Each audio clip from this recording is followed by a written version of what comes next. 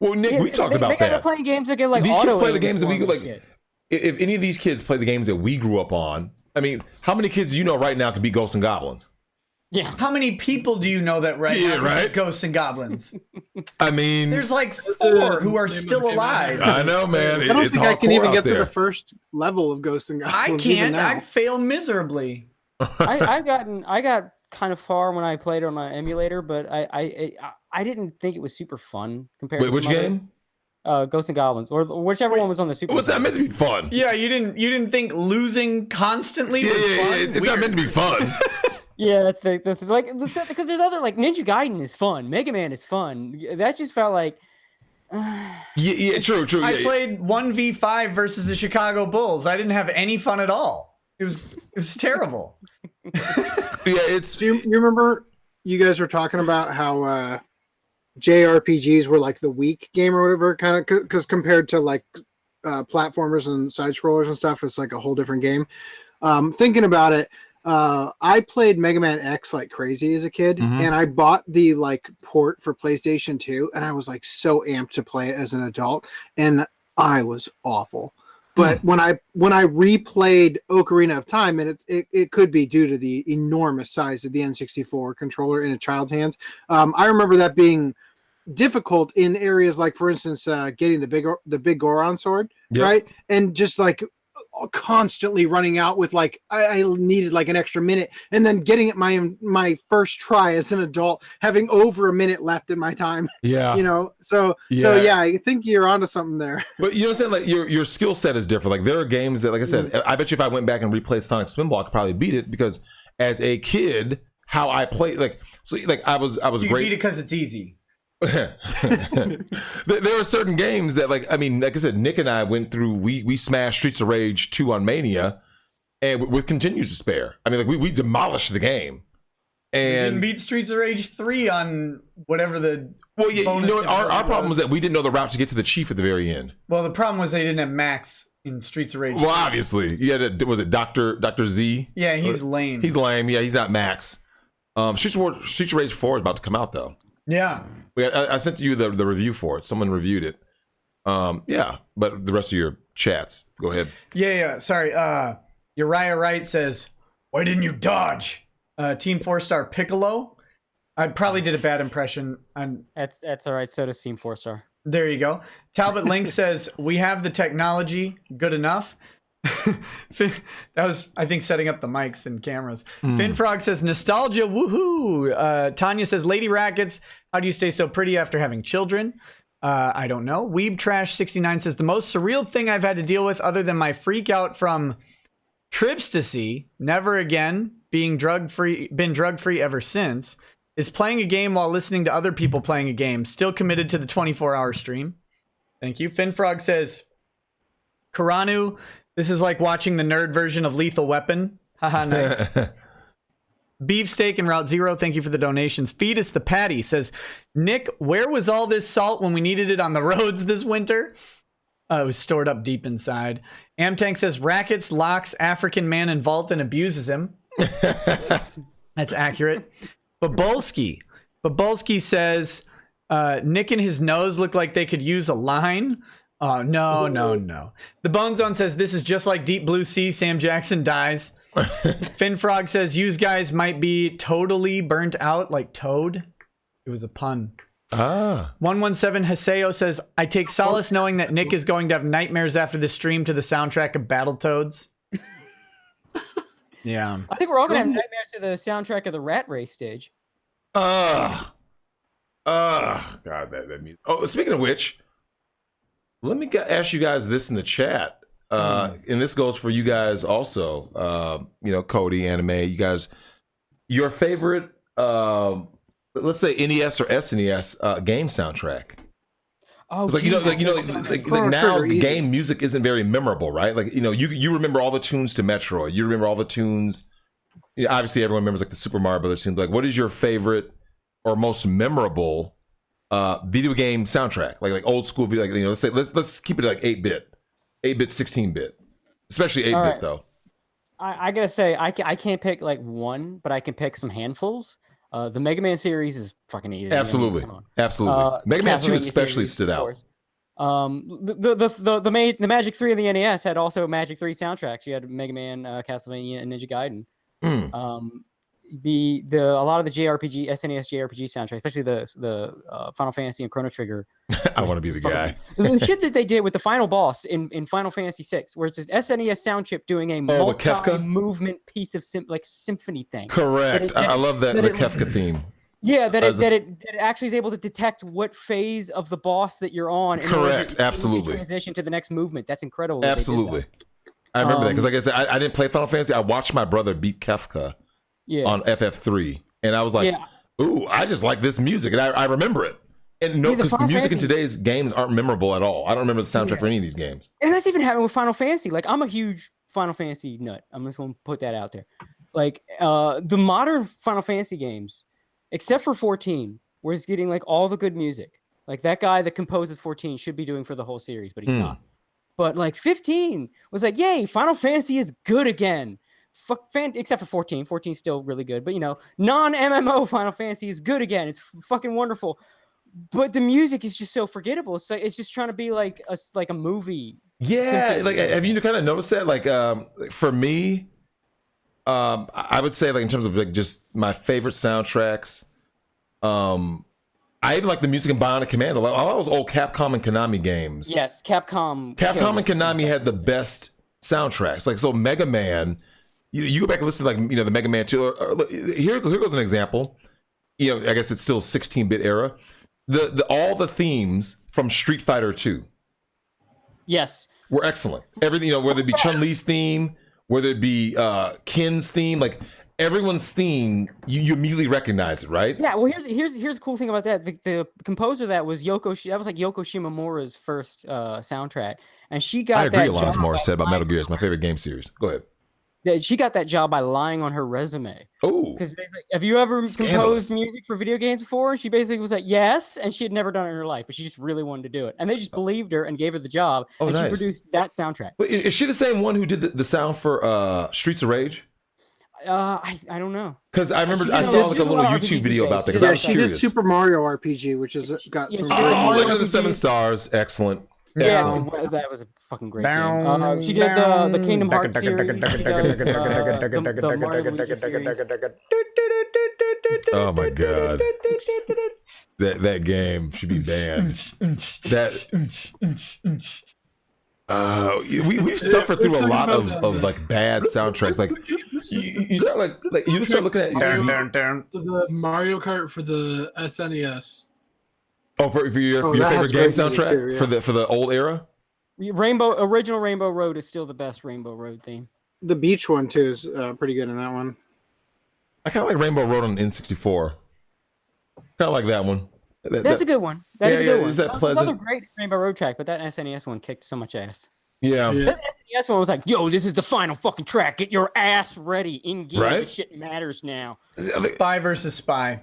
Strider had a good one. I like some of the music in Strider. Had the best soundtrack. You ever play Strider for NES? I did. Much different than the arcade version. Did you beat Strider for NES? We did. Yes, I did. We beat it as kids. Very difficult. Strider was just like Bionic Commando. You had to launch yourself and then shoot that one shot to blow up the Hitler clone. Yeah, man. There was I liked all the themes from Metroid. Now, did you beat Spy versus Spy? I don't know if I ever beat it. I don't know if I barely really played it. I vaguely remember. Did you ever beat F-Zero was good too. Did you ever beat F-Zero GX? I mean, that's past that. Xenophobe. That is one of the Did you play Xenophobe? No. What system was that on? NES. Was it? Xenophobe for NES. Woo. There were some very tough games in that era. Who was that? Sven Sorensen. Yeah, Donkey Kong Country had an excellent soundtrack. And I remember when that came out. I even on the tape, the VHS, the promo tape to Donkey Kong Country. Yeah, holy shit. Do you remember that? Yeah. It was like if you read like an EB Games, at that time, they gave you a demo, like a trailer tape. It was like a behind the scenes. It was like the same people who worked on like the VisFX for like Terminator 2, and they're like, this is how we created these 3D models for Donkey Kong and Diddy Kong. Really interesting stuff. Loved it. You know what I will never forget? Funko Land. Whenever they would sell like the T-shirts with the games and shit. Oh god, Funko Land. Do you remember the fact that like long before EB Games gave you like no store credit, Funko Land was just like ripping kids off wholesale?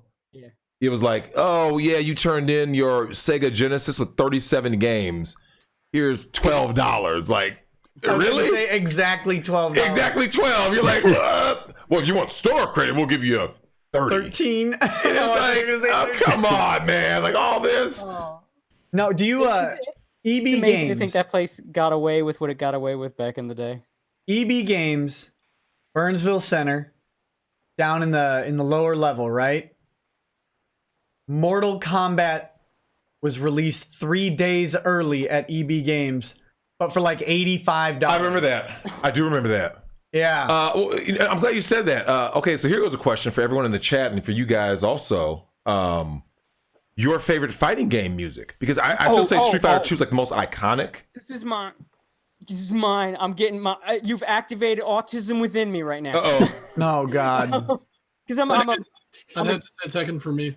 I'm a giant fighting game nerd. King of Fighters, hands down. Ooh, let me ask you this though: would you take the King of Fighters soundtrack over, say, although Fatal Fury had a good soundtrack? What about the Killer Instinct soundtrack? Killer Instinct 1. Killer Instinct guys, good stuff, but still King of Fighters, man. Fairy, Tears. Oh yeah, someone said Soul Calibur. Yeah, Soul Calibur was good. Even the original Mortal Kombat. Like, I'm telling you, man. Like for anyone who's in Chicago, around Chicago, going to the Galloping Ghost, they have the first, I want to say, 4 Mortal Kombats, and just hearing that soundtrack. Or Nick, when's the last time you remember the original Mortal Kombat when you didn't know Shang Tsung was the last guy, he was the boss? And do you remember on the level where it looks like Enter the Dragon? And all those the Shaolin monks are sitting there, and they clap as the match is over, and there's Shang Tsung in the background. Just hearing, round 1, fight. Just hearing that and hearing that music from Mortal Kombat and just the sound effects, it's like it amps you up. Like obviously, Mortal Kombat 2 soundtrack was much better. It was just a much more polished game, but it brings back memories. Someone said Eternal Champions on Genesis. Scanner Dapley, yeah, absolutely. I almost forgot about that. Did you ever play FX Fighter? That game was hard. I did use a Super FX microchip on Super Nintendo, right? Yeah. Is that the one? Well, I played it on PC, but okay. PC Master Race. Dead or alive. Fighting game soundtracks. Although, again, King of Fighters is the king in many ways. Did you play? Got to talk about Guilty Gear and BlazBlue. Like, holy shit. Guilty Gear was solid. Did you play Die Hard Arcade? Very tough game. Ooh, that game was hard. So was Silent Scope when that first dropped. I mean, Silent Scope was no joke, man. When that came out in arcades, and you had to be precise to hit those targets. Like, what was it? The guy was running on the football field.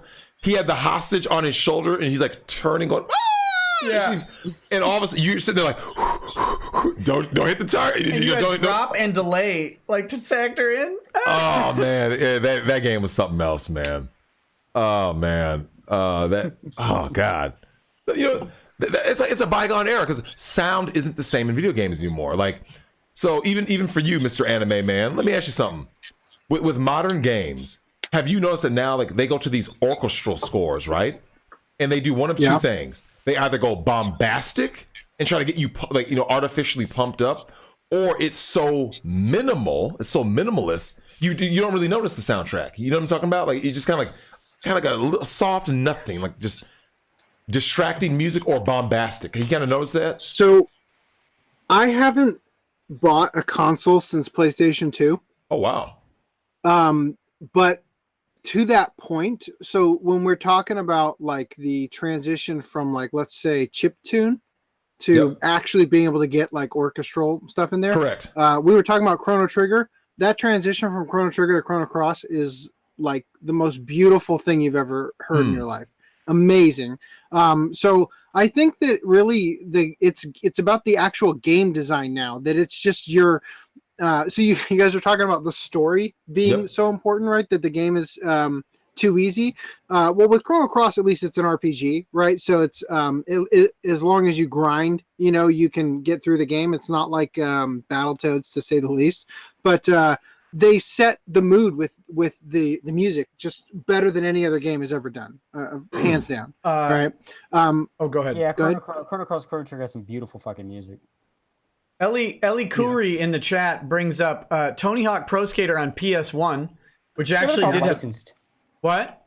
It's all licensed stuff. Yeah, I know. That was an iconic game, though. It was good. I wasn't a skater, obviously, but watching people's combos on that game is ridiculous. Yeah. The original Tony Hawk was a very iconic game. I remember when that first dropped. Those first couple of games for Pro Skater. But more important, Gab Akud says, what was the old game from the early 90s that was a hologram starring a cowboy? It was an arcade console, except it was a circle. I remember this game, and it had a holographic cowboy, and you had to do a shootout, and it was the hardest thing I remember playing other than Carnival.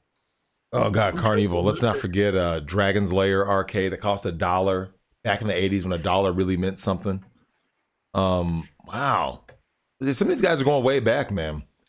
They're going way back on a lot of stuff that skate or die. I saw some people mention some games in the chat that bring back quite a few memories. GoldenEye, Tony Hawk, N64 changed the game. It's called Time Traveler. Time Traveler. We know what game has the best soundtrack. Moonwalker. Oh, God. Moonwalker. And Michael Jackson, the object of the game was to get the children. So,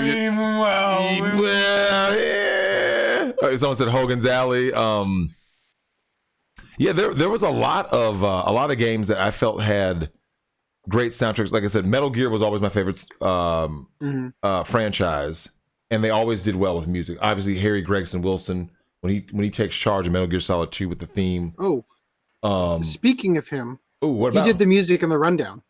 Oh, is that right? I know he did the music for a lot of the Christopher Nolan films. Love him.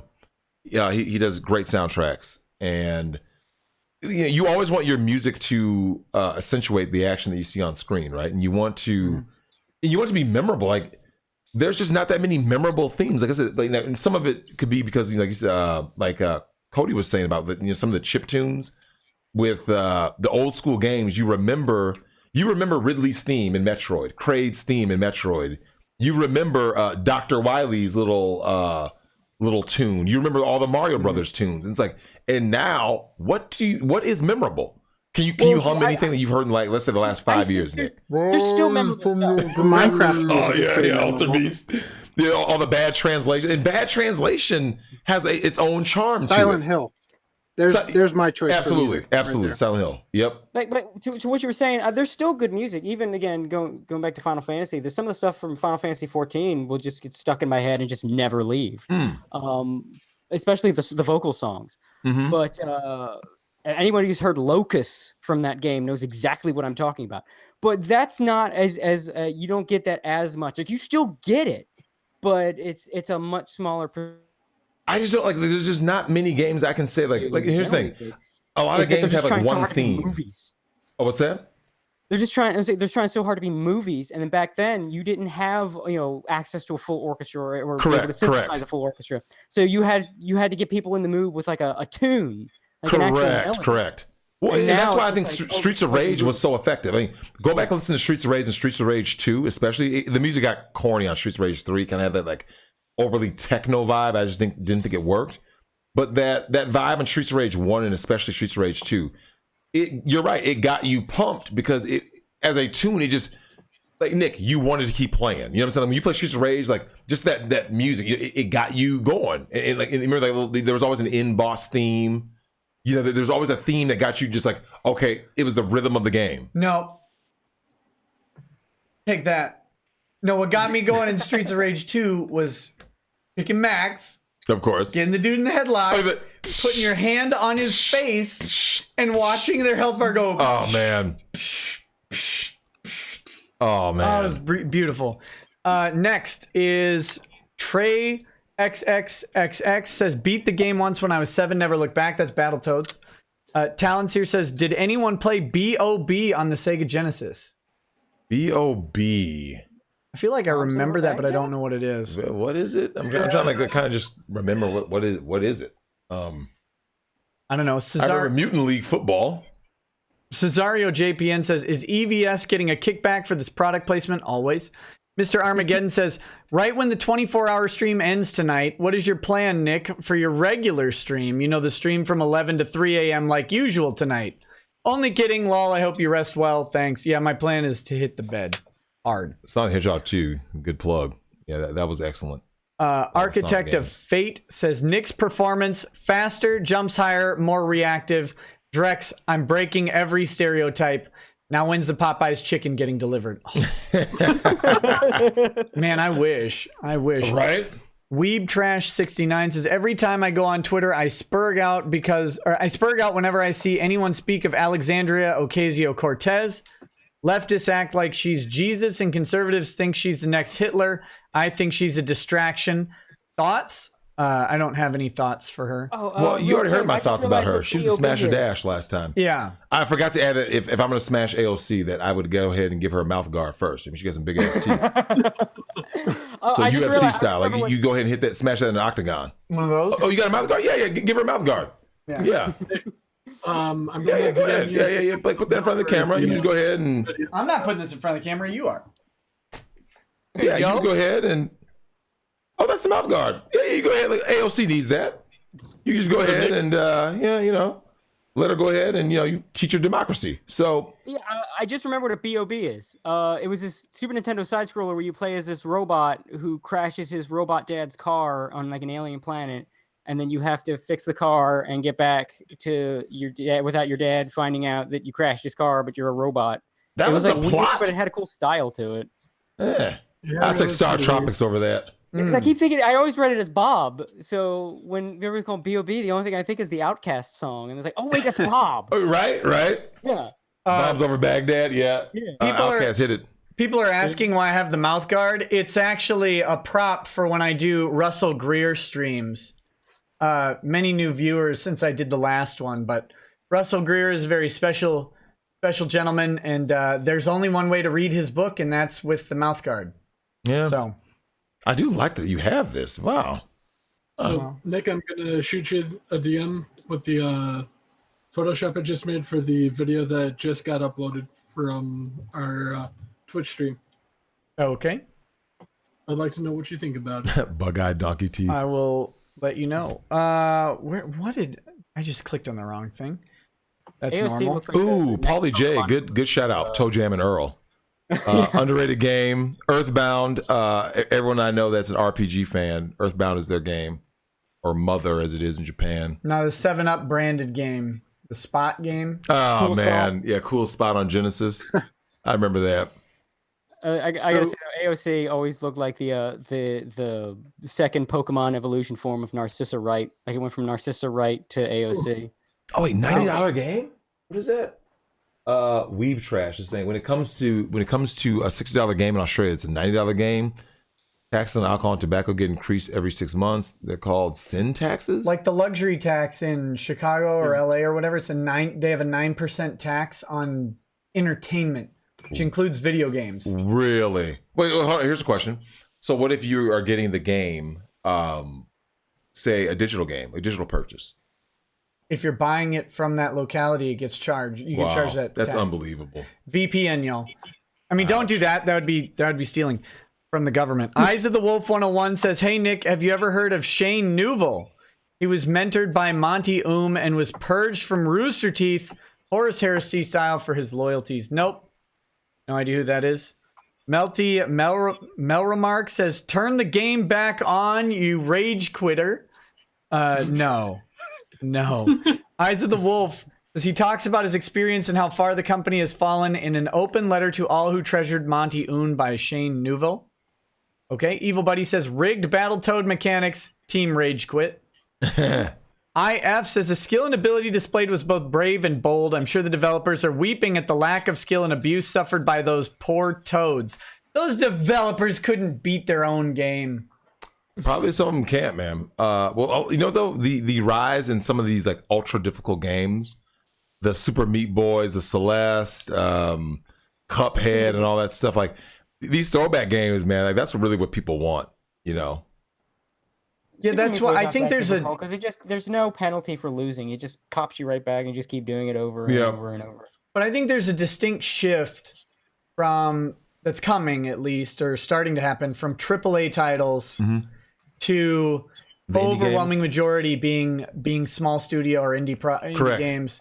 Because like they can produce they really can produce very high level. The AAA games. Okay, so here's how I view that in a nutshell. Other than like rare exceptions, AAA game. When it comes to AAA games, I look at it like this: you have your AAA games that are basically Nintendo or nothing.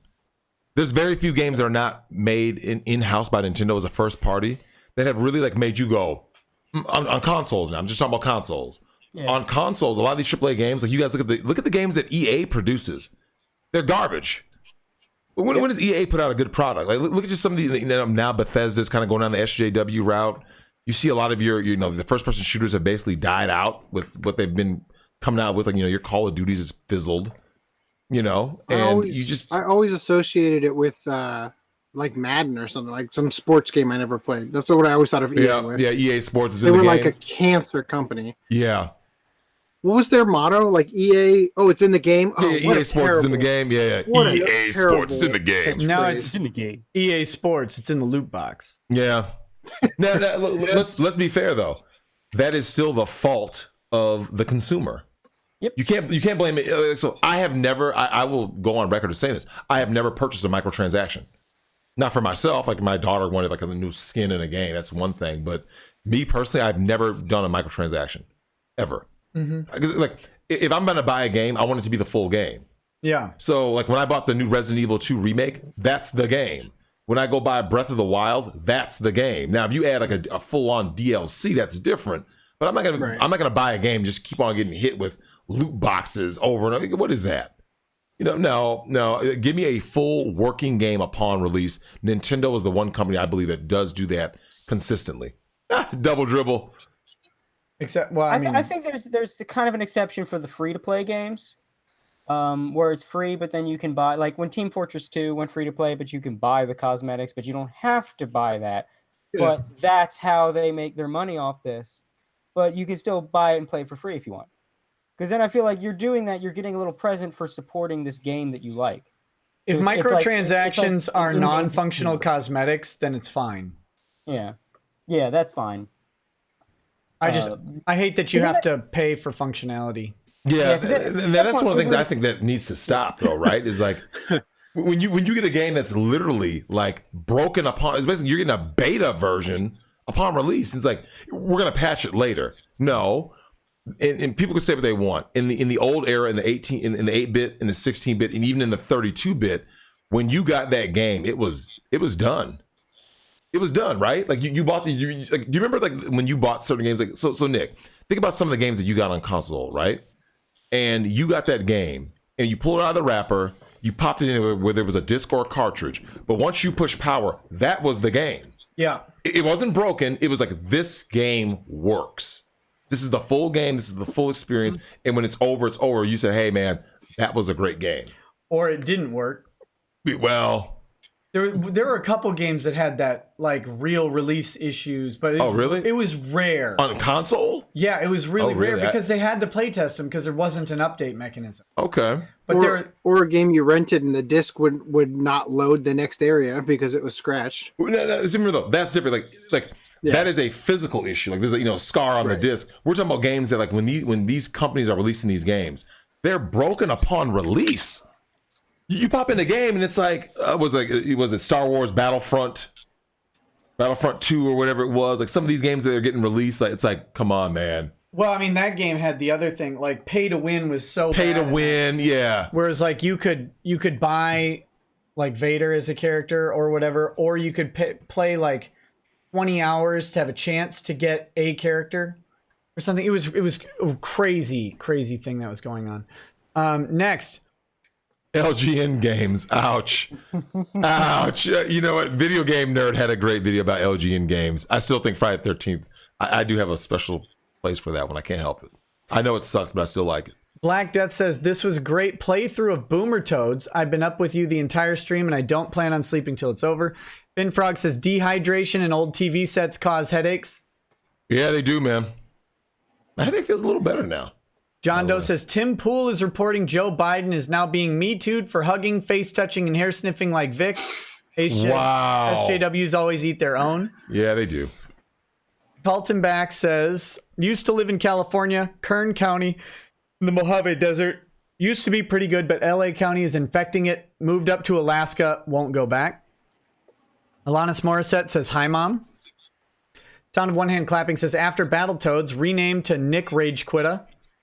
Amtank says, Drex, the door is open. Run, your freedom is at hand.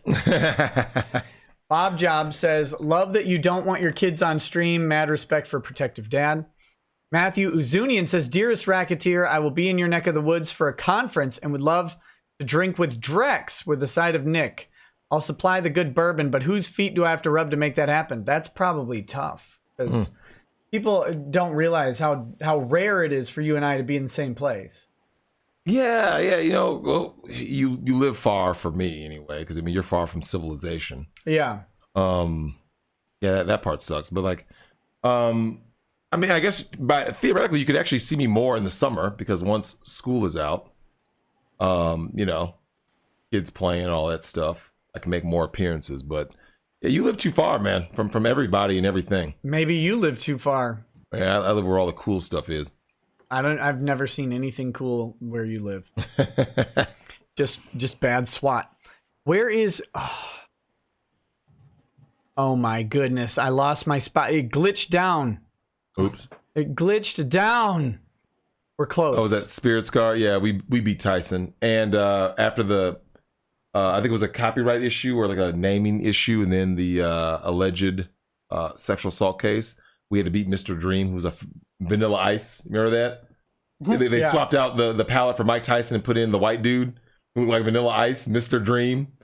I was like, come on. And they just named it Punch Out instead of Mike Tyson's Punch Out. Speaking of careers gone wrong, yeah, Vanilla Ice. Hi, I flip houses now on HGTV. But though, I'm actually proud of the guy because, like, have you seen what some of these other like former celebrities are doing? Hey, they ain't flipping houses; they're flipping other things, though. Made a success for himself. So. Also, I like when he tried to do like new metal, like he tried. I do remember that. Metal and shit. Yeah, Methods of Madness or something like that. Yeah, Methods of Mayhem. I love when he did a metal cover of his own big hit, Ice Ice Baby, and it was the funniest thing to hear. Just him going, Ice Ice Baby! Yeah, I do. I vaguely remember that. Vaguely. I like when he tried to prove that wasn't a ripoff of that Queen song, Under Pressure. No, see, yeah. the Queen song goes, dun, dun, dun, dun, dun, dun, dun, but mine goes, dun, dun, dun, dun, dun, dun, Yeah, I remember that. Yeah, that interview. That was a classic interview. Like, the cognitive dissonance is real. Yeah. Ray Ping Miners, which is a very unfortunate name, says, Nick, you are a effing madman, and that's why I love you. And Drexel, you are a effing mad cunt, love you too. By the way, in Australia, mad cunt is one of the highest praises. Nice. It's true. Finfrog. Finfrog says, my bank called saying my card was flagged for fraud for all the $2 super chats today. Thank you. Thank you for that. Balance here says, if we were to have a debate, it'd have to be Shane versus Drexel and Nick, but Nick would be semi-responsive and capable only of raging. I'm getting there. Sinria Sakari says Persona. I don't know. Talking about game soundtracks. Yeah, game soundtracks. That's right. DJ says he's still going. The Madman. Love you, Rick. Back at you, buddy. Senna the End says best Contra game is the sequel, Hardcore Uprising. I haven't heard of Hardcore Uprising. Just the Hardcore Genesis one. I thought like a lot of people say Alien Wars on Super Nintendo, which was excellent. I still think Hardcore on Genesis was great. I just saw someone say it was a woman in the chat that just mentioned Carmen. She'll never not love Vanilla Ice only because of Teenage Mutant Ninja Turtles 2. You remember that, Nick? I know you were at the theater. Go Ninja, go Ninja, go! Like that was a dark time for everyone's childhood, but we still love it. Or it was Super Shredder. I loved it as a kid. Because I love villains, and I loved the Shredder because of the way he looked. And then when they had Super Shredder, that felt like a present for child me. Here you go. It was like it was appropriately corny. Yeah, I remember seeing the original in theaters. Badass mutant Shredder. Right? Yes. Yeah, Super Shredder. He falls into the ooze, and it was like, ooh. Yeah, it was something else, man. We had the ninja rap. Yeah. Oh my god. Oh, go Ninja, go Ninja. Oh god. Matt, Casey Jones is all you need. Oh, absolutely, man. Casey Jones is one of my favorites. Super Saiyan E-Rock says, I would just like to point out if everyone who has already donated to Vic's GoFundMe is able to donate $20 more, we will have reached the goal again. I'm just saying, I rock and roll. Sweet Susie all night long. Weeb Trash 69 says, beer after whiskey was a bad choice. Still here till the end, though, regardless of my stupidity. You're a brave man. NGE Fan 76 says, your name is an excellent movie despite the overused premise. Well, there's some backup for you, buddy. Then Weeb Trash 69 says, I recommend Bacano for anyone to watch. If you like Tarantino, you like Bacano. That's a good one, yeah. Ichicinco Negroni says, Nick is an Arthur Darvill doppelganger. Google him. I saw him the other day. I think it's pretty close. Cesario JPN says, get to the hentai. Cool devices, Bible Black. There you go. Internet Tab says, ask him what he thinks of Your Lie in April. This right here. I think so. Is your lamp lie? okay? Should we call lamp services? My lamp's fine. Yosuganasura isn't. I gotta go to the bathroom. Oh, go ahead. Your lie. Taking in any naps while you're gone. Yeah, right. Yeah, don't pull one of those. Well, I'll switch spots with you. If I get here to switch spots with me. Well, while you're gone. Oh, okay. I'm reading your super chats. Oh, you are? Yeah. 24 hours means 24 hours, boy. The ones in the black, right? Okay. Let me show you. I would be back. These ones, right? Oh. Yeah, but you gotta find the spot where we're. Which is. Okay. Yeah. Wait. Ask him where your lie in April. So you go up from. Okay, I'm going upward. All right. All right. Can we get a Jesse Lee Peterson impression from Drex? Oh man, yeah, that guy. I'll have to come up with one of those a little later. Yeah, I'll definitely have to do one of those later. And we got Anime Collector. What did you think of A Silent Voice? I haven't heard of that one. I wanted to like it. Oh no. So it wasn't good? It just barely misses the mark. The original short that it's based on is fantastic. Yeah, I hear the manga's really good too, I but have the not seen movie, just barely, I feel like, misses the mark. Was it like just direction? Was it just bad execution? What do you think it was? So the director Naoko Yamada is outstanding. She is just knocking it out of the park with shows right now. Mm-hmm. But it just feels like that subject matter. It's about a deaf girl. Okay. And for the English dub, they actually hired a legit deaf girl to voice her, which was a great choice. I thought, because I actually went to school with the deaf kid, and it is exactly, what they sound like, because that's what it is. Right. And I just felt like the I don't want to call it a romance. I mean, it kind of is, but it's more about social isolation and sort of coming out of your shell and all that stuff. And there's something about it where I wanted to like it so much, and then it just sort of just fell apart and didn't quite hit the mark. So I want to check out the movie because I really like the short. I would recommend people check it out just because the especially that original short that started it is just so good. Like, it's just so good. It's funny. So for anime guy, here's a question. You were saying that it just misses the mark, right? With A Silent Voice. Did you also feel that the Hollywood movie, A Silent Place, also just missed the mark? That's the one with John Krasinski, right? Yeah, John Krasinski and his wife, Emily Blunt. I did actually see that. I'm surprised you picked a movie I've actually seen, because as soon as I got into the movie business, I stopped going to the movies. But I did see that one. It wrapped up funny. I'll just say that. It was unsatisfying. It was a weak ending. Absolutely. It's like the genre just completely changes right in the last 10 minutes. Yeah, I wanted to like that one too, but it's really hard to get past Jim from The Office. Yeah. Luckily, I wasn't. I didn't really see The Office, so that way, his performance didn't affect me. Like, the movie itself, just I thought missed the mark. Like, it just didn't quite.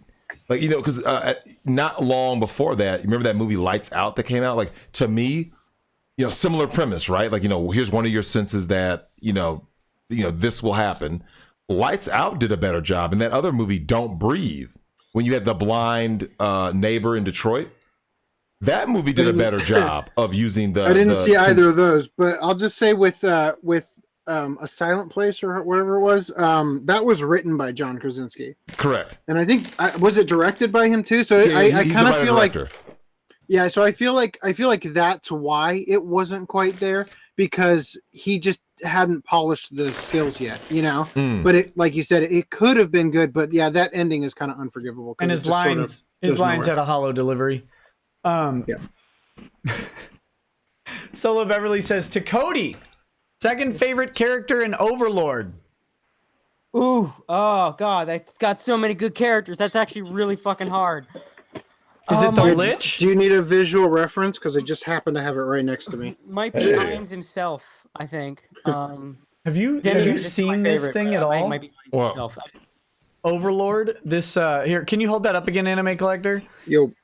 Have you seen Overlord at all?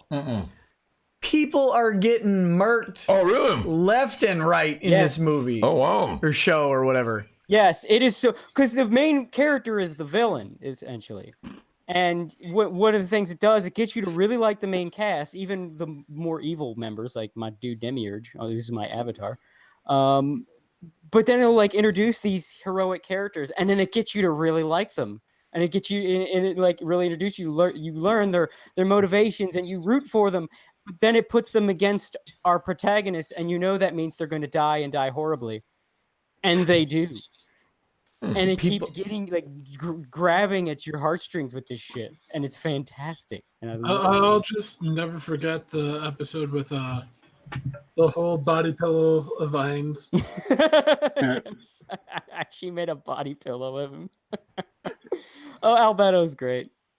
He has a knack for having the kind of anime archetype characters I would normally hate, and it makes them great because it's more self-aware, because these are characters that were created by nerds and then they were given life. So it's more referential as opposed to just straight doing this kind of archetype. Yeah. Isn't it? I haven't watched it yet. It's kind of like a is it like a D&D thing, or what is it? Well, no, it's got a weird hook. I'll be brief, but it's actually it's kind of like not shitty version of Sword Art Online. No, I wouldn't even say that, because what the kind of hook is, it starts out as like one of those, MMOs, but it's like a VR thing. But what happens is the guy was like this devoted player to the game, and on the last day when the game shuts down, he just falls asleep with the game on because he wants to be there for the final moments. And then when he wakes up, he's his character, his everything is real. And the NPCs that his guild had that made to like guard their guild HQ are now real and they're alive. And then their guild HQ has been taken to this other world. And he finds that he is not the first one this has happened to, but they've all come at different parts of this world's history. And the stuff that's from this video game that's now made real, brought into this other world, has like affected this world and even its culture. Like the people in this world use video game terminologies not knowing that it's video game terms, because these game players, their levels translated to reality, so they came as like high level in the game, and now they're gods in this new world. So like, and that's the plot of that. That's the same Overlord. Yeah. Oh, I just know that I haven't seen the plot. All I the saw was the murder. advertisement for the Hot Springs episode or whatever. I don't remember. And it's just like this giant, like beast of a skeleton guy, and he's like running around. Oh right, like wearing a towel around him and stuff. Oh no, it was because there's an episode, because he was a middle manager when he was a human, because he became his character, and they go into how that actually affects him on a psychological level too. But he's trying to use that to manage, because all of the NPCs are slavishly loyal to him, to the part where it actually kind of like puts more pressure on him. So he's trying to apply his middle manager things, including forcing them to take time off, because they're so devoted and loyal to him. They will work themselves to death if he lets them. So there's like an episode where he's trying to essentially force everybody to have a good time and take time off. Cody, who's your second favorite character in Overlord? I said it's probably Ainz. Oh, there you go, Ainz. Yeah, the main character. Weeb Trash 69 says, Anime Collector, have you seen Monster? Is it worth watching? Okay, so here's the deal with Monster. I can grab it. Right here. This is one of the best box sets ever, except that Viz only released the first 3 because there was a dispute with the music in it.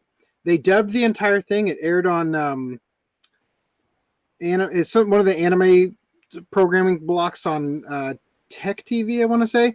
I've seen the first 3 because I exclusively watch what I own, and I am stubbornly waiting for the rest of it to come out. It's phenomenal. Basically, have you seen the show Royal Pains?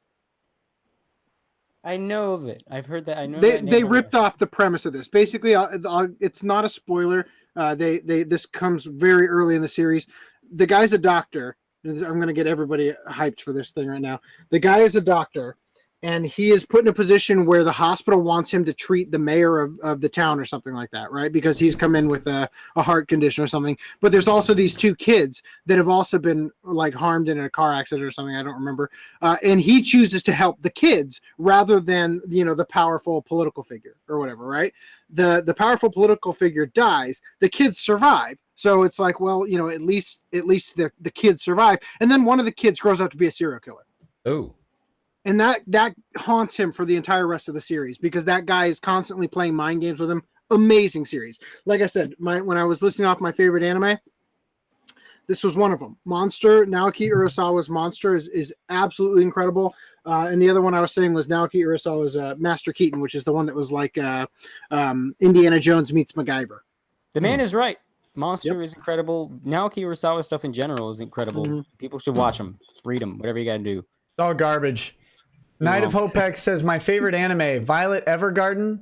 Favorite anime movie, Kimi no Nawa, your name. Favorite manga, Berserk. Most underrated anime, 0083 Gundam. Favorite recent anime, MMO Junkie. Fav Miyazaki movie, or favorite Miyazaki movie, Castle of Cagliostro. Favorite anime game, Guilty Gear. Eyes of the Wolf 101 says, Squad Broken. Amtank says Nick needs to watch Gonna Be the Twin Tail. No. No. Don't even do that. No. Mr. Armageddon says Ninja Scroll movie good, anime is bad. Yeah. I've heard that. Yeah, I remember seeing the Ninja Scroll series. Not good.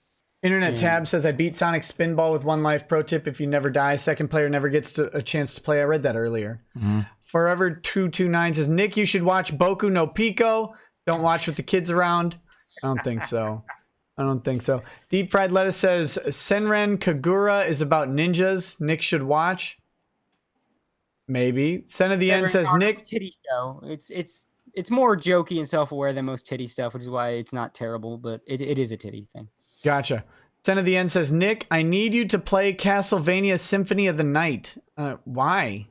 Great music. Forgot to say that. Wow. I like that game a lot. Man, lovely. Some of the most cheesiest voice acting, but it's part of its charm. Well, they redubbed it in the PSP remake of Dracula X. You cut out. You cut out a little bit at the very end there. Yeah. That was a oof. Tonight, when they re-released it on the Dracula X Chronicles PSP game, and then later when they ported some Castlevania collection or something. Mm-hmm. But yeah, they have since redubbed and retranslated all the dialogue in Symphony of the Night. Here's a question. So I got a question for you, Cody. Is there a part of you that when they redub a lot of these kind of like these games that you grew up with in that 32-bit era, you kind of wish they didn't redub? Nope. I get why they do it. I don't. I'm very I have a lot of hangups on like objective quality. Like I don't have a lot of shows that I personally think they're the best thing ever, but maybe if something's better, then I just like it better because it's better. Mm-hmm. I prefer something better. Like I get the charm of, I understand the charm of Symphony of the Night's cheesy voice acting, right? Correct. But if they're going to redub it with something that's actually good, because the game's not supposed to be a cheesy comedy game. Correct. So if they're going to redub it with something more appropriate for the game, I prefer that. Okay. The cheesy dubbing still has its place and its charm, but if it's not supposed to be a cheesy joke game, then yes, you should absolutely redub it with something better and competent. Okay, so here's a prime example. What if let's say they re-release the original Resident Evil as is, right? Right. Not the remake on GameCube, just a regular Resident Evil on PS1. Mm-hmm. Would you feel that it would be a complete crime to redub the voice acting? No, I think I would be nice if they have an option you could turn it on for fun. Like if you beat the game, you can unlock the original. Oh, I see what you're saying. Yeah, but that wouldn't be bad. Yeah, but Resident Evil 1, it's not a comedy game. It's not a goofy, silly game. It's not supposed to be anyway. But the voice acting is so legendarily atrocious. Right. Like I understand the appeal of that, absolutely, and I understand that the fond memories, but that's not what the game's going for. That's not what the people that made the game are going for. That's not what it's supposed to be. So if they were, I would support redubbing it with competent voice work. And then just for the fans, for the longtime fans, let you unlock the original voices and play. That's true. I think that's fair. You get the best of both worlds. And you just you unlock just a voice track of the original. I see people saying the Jill Sandwich line, the Master of Unlocking. Yeah. Someone just said the Master of Unlocking. Yeah, it's oh man, those were good times, man. People seem to think I'm tired. I just disagree with everything that's been said on the stream. Chris Larimore says Willow, one of favorite NES titles, beat it twice. Good job. Ampathos guy. Nick, speaking of anime / sci-fi fantasy, what did you think of my excerpt? I haven't read it yet, buddy. Matthew Uzunian says final 2 hours should be you two watching Vampire Hunter D with commentary. Nice. Mr. Armageddon says, does anyone here on stream or here in chat watch / know of WMR, Weekly Manga Recap? My favorite YouTube manga channel? Curious what you think. I've never heard of it.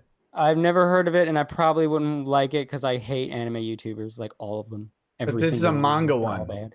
Yeah, well, it's the same shit.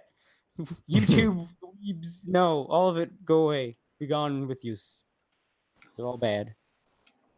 Weeb Trash 69. People might think that I'm normie trash despite my MAL account, but my favorite anime is literally Full Metal Alchemist Brotherhood. Still have to watch the original Full Metal though. No, you don't. It's trash. Brotherhood's fantastic, but that original is trash.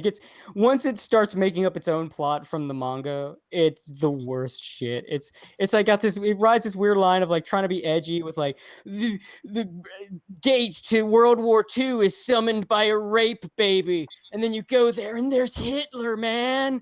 Like you just that sounds awful. Yeah, I forgot about that. Sounds pretty good.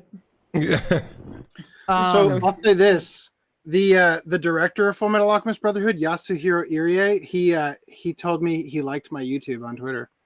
Nice. It was in response to me telling him not to give up on a Kickstarter that failed, but it was nice of him to at least look and all that. At least it wasn't you telling him not to give up on downing that gallon of bleach. That would have been a much more awkward conversation. No, number 1062 says, went to bed after listening to you for a little last night. You've been streaming for like forever. How have you kept your throat from dying? I haven't. It's haggard. Tomorrow's going to be terrible. Vixen Boxen says, Drexel is a hard R superstar. Come on. Oh, man, they're making it easy. They're making it too easy. Steph Dev says, hey, no one can beat Vampire in Brooklyn. Come on. Eddie Murphy, man. Yeah. Oh, shit, I haven't thought of that movie in Count years. Blackula. I like Dracula Dead and Loving It. With Yes. Leslie Nielsen? Yeah, I remember that one. That was good. You know what? My all-time favorite Dracula movie is still Bram Stoker's Dracula, Francis Ford Coppola. I still love it. It just works. It just works. It's kind of weird. I like I can't say Actually, who, but Gary Oldman's a god, by the way. Super chat coming that asks us our favorite, I think, vampire movies. Cool. Oh. Did you Dracula 2000? Do you? Oh, come on. No, I'm not saying it's great. Hey, what's up, Q? What up? It's not great. That's not the point. It is not. Do you remember who played Dracula? Oh, wait, hold on. You can't say it in case Lady Rackets is watching because it's a secret. Okay, hold on. Dracula 2000, right? Yeah. It wasn't Rufus Sewell. It was the other guy, Tom. Nope. Tim. Nope. He had brown hair. I remember him. I remember that. Tom Everett Scott? Was that is? Stop yelling at us. Oh God. What does she want? What does she want?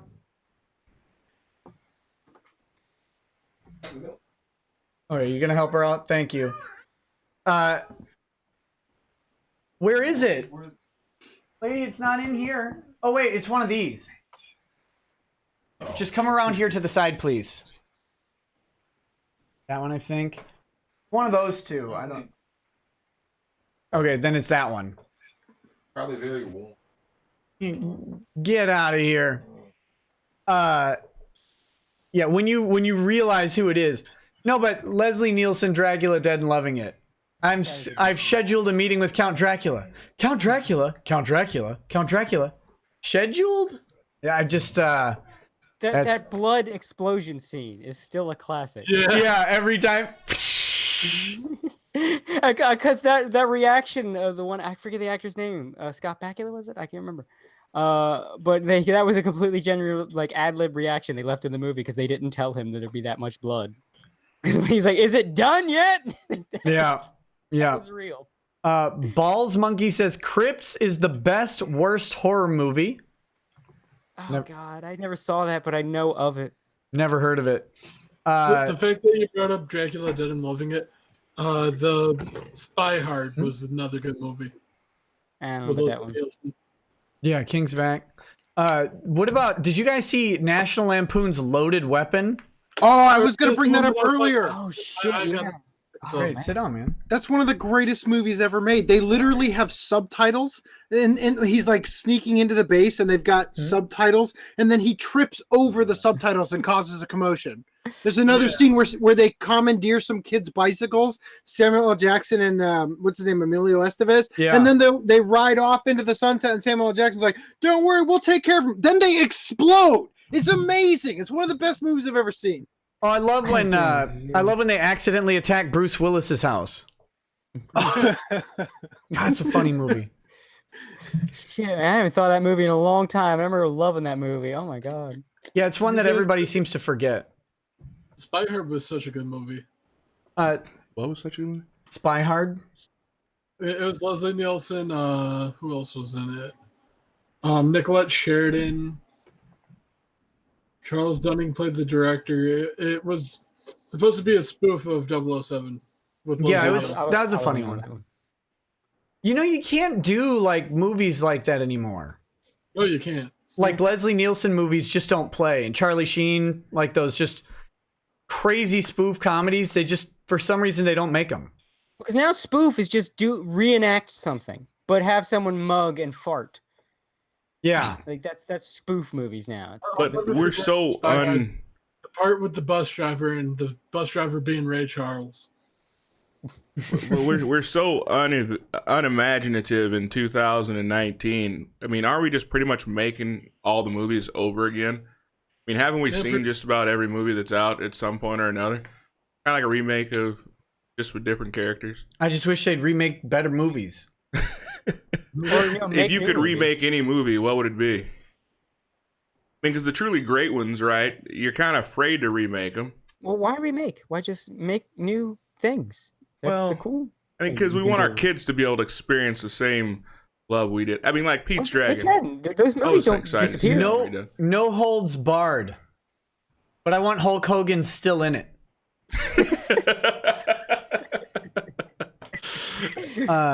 Jose Newcomb says, Drex let Rekieta down in Battletoads. This is the truth. Thank you. I thought black men could jump, lol. You thought wrong. He was terrible. Horror movies are getting worse and predictable. I miss the old stuff. Phantasm scared the life out of me. Yeah, Phantasm was good stuff. It really was. Cesario JPN says, hell comes to Frogtown with Rowdy Roddy Piper.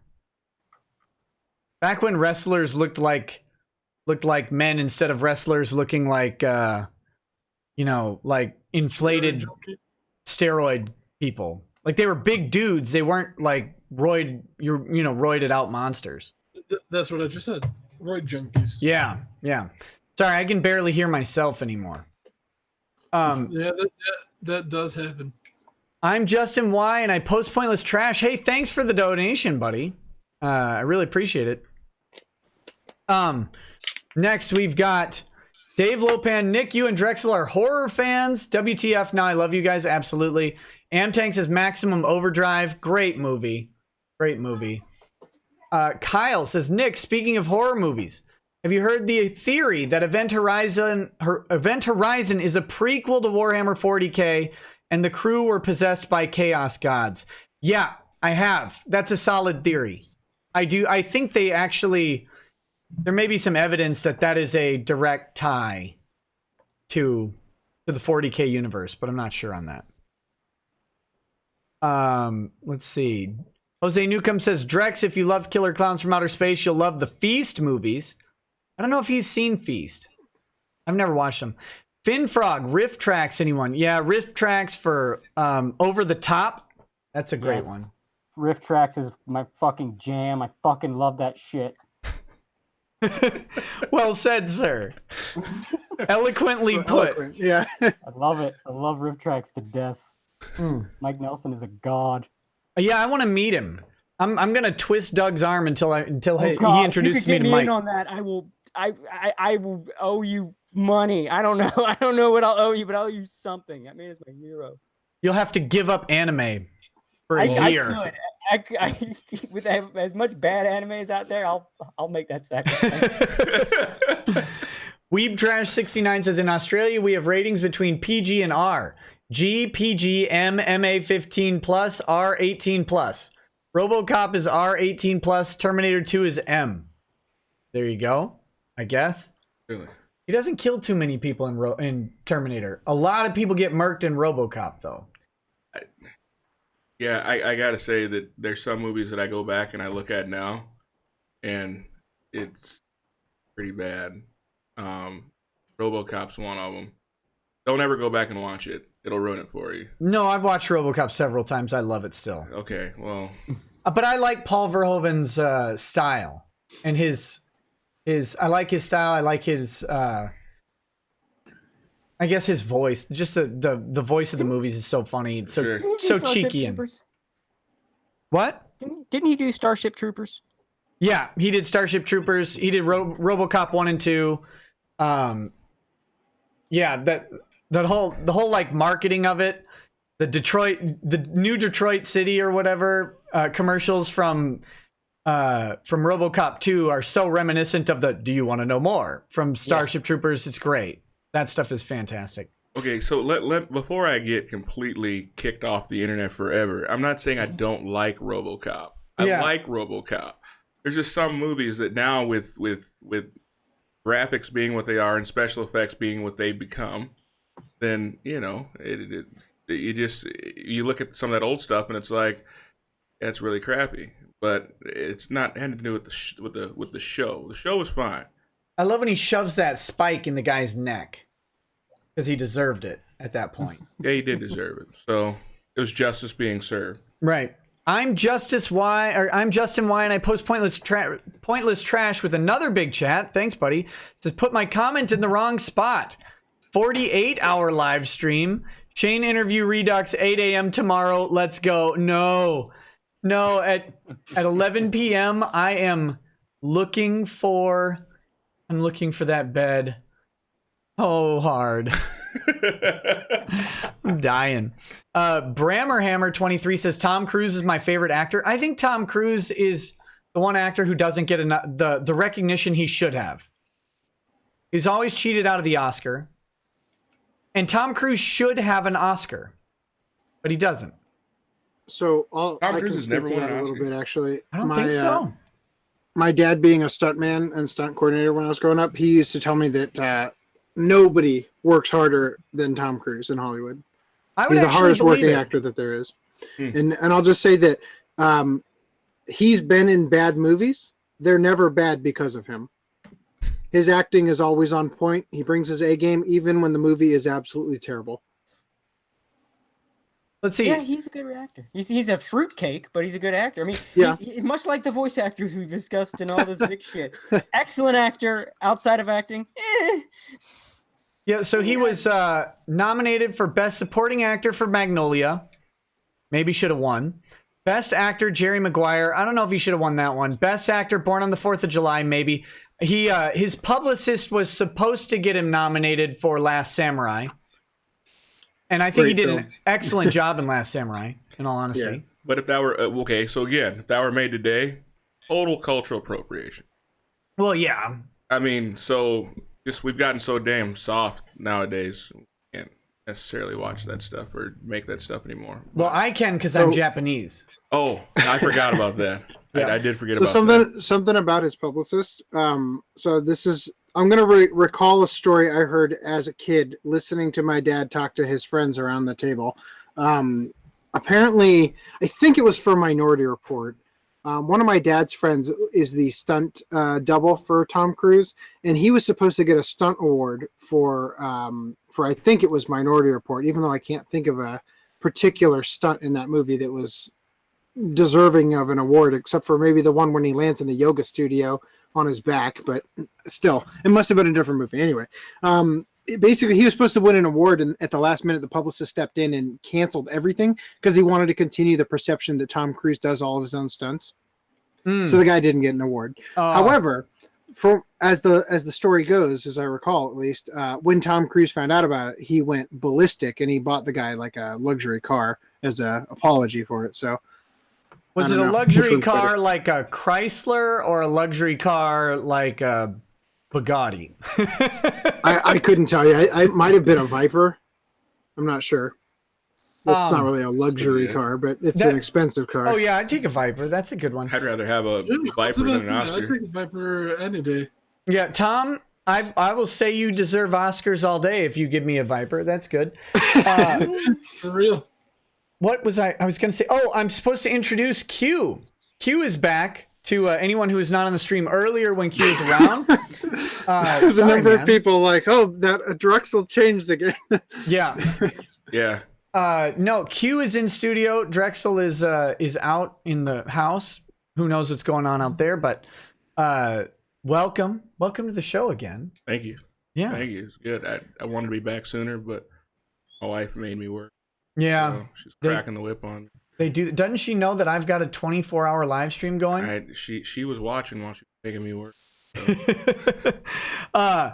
For Q has a new channel out there called Out of the Darkness, right? Out of the Darkness, yeah. So check him out on YouTube and you've got 3 videos up now, I think. 5, I think. 5? Yeah. 5. Yeah. What have you been up to? Man, just trying to be like you, man. Yeah, but just 5 videos, just getting started. But go check it out, see if you like his stuff, and if you do, subscribe. They're not multi-hour epics, so they're digestible, which is good. That's a better way to do this than what I'm doing. I got to give it to you, man. I couldn't do it. They'd be watching me sleep through 6 hours of it. So they've been watching that. They just don't know. You're on autopilot right now. Sinrius Akari says Wind River. I feel like I've seen that title, but I've never watched it. I don't know. That might be an anime. Is that an anime? Wind River? Wind River? Not that I know of. Is this deep lore anime? It's something Googleable. I'm gonna find out. Wind River is a movie. Oh, with, Jeremy Renner movie. Yeah, and Elizabeth Olsen. No, By the way, we were talking about over there. You don't have access. John Krasinski's wife, Emily Blunt. A little known. Well, it's not technically a live action adaptation of an anime because it wasn't an anime, but Edge of Tomorrow with Tom Cruise. Yeah, we're also talking about, and Emily Blunt is the source material that's based on is so good, and there's an audio book on Audible, amazing. Listen, just you gotta get it, so good. Edge of Tomorrow was good. Oblivion was really good. I didn't see that one. The Tom Cruise movie with I will write down to check it out. It was sci-fi, and it had the most terrifying villain robot droid thing in it. That thing was horrifying. Like the way they pulled that off. If anybody's seen Oblivion, that movie's really that was a good movie. Immediately Nestor says Oblivion is trash. Well, you can hate it all you want. That villain was great. That villain was great. What is that? What is that? You. I know. I was kidding. Next, Cosm Theandric Says Redline is one of the best anime movies out there. Turn your brain off and enjoy. Well, most Madhouse stuff is. Also, good luck on your 24-hour binge. Redline? Redline's pretty good. It's basically a futuristic racing movie, and it's really fucking stylish and gorgeous to look at. Do you remember that like a cool one race. specific scene in the live action? I think they had a scene like this in the live action Speed Racer, where all of a sudden it starts warping, like he's going so fast or whatever. That's the entire movie, is animation like that. And the guy's got this enormously long pompadour that just like is in the cockpit of his car with him.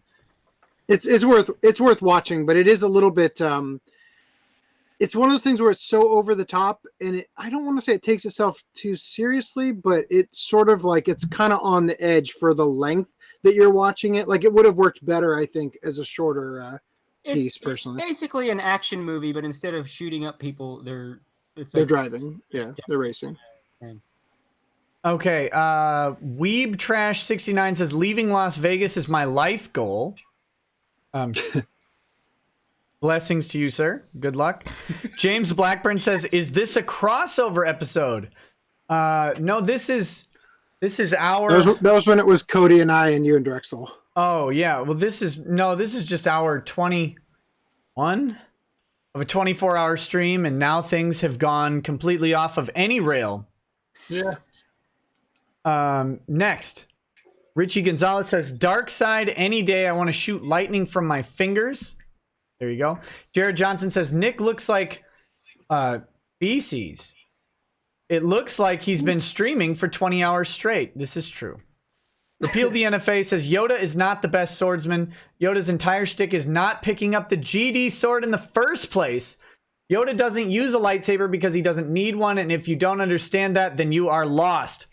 BTFO Star Wars nerds. Nope, I could prove that he is the legitimate Grandmaster of the lightsaber. He's had 900 years to learn every form of lightsaber combat. There's 7 forms. He mastered all of them.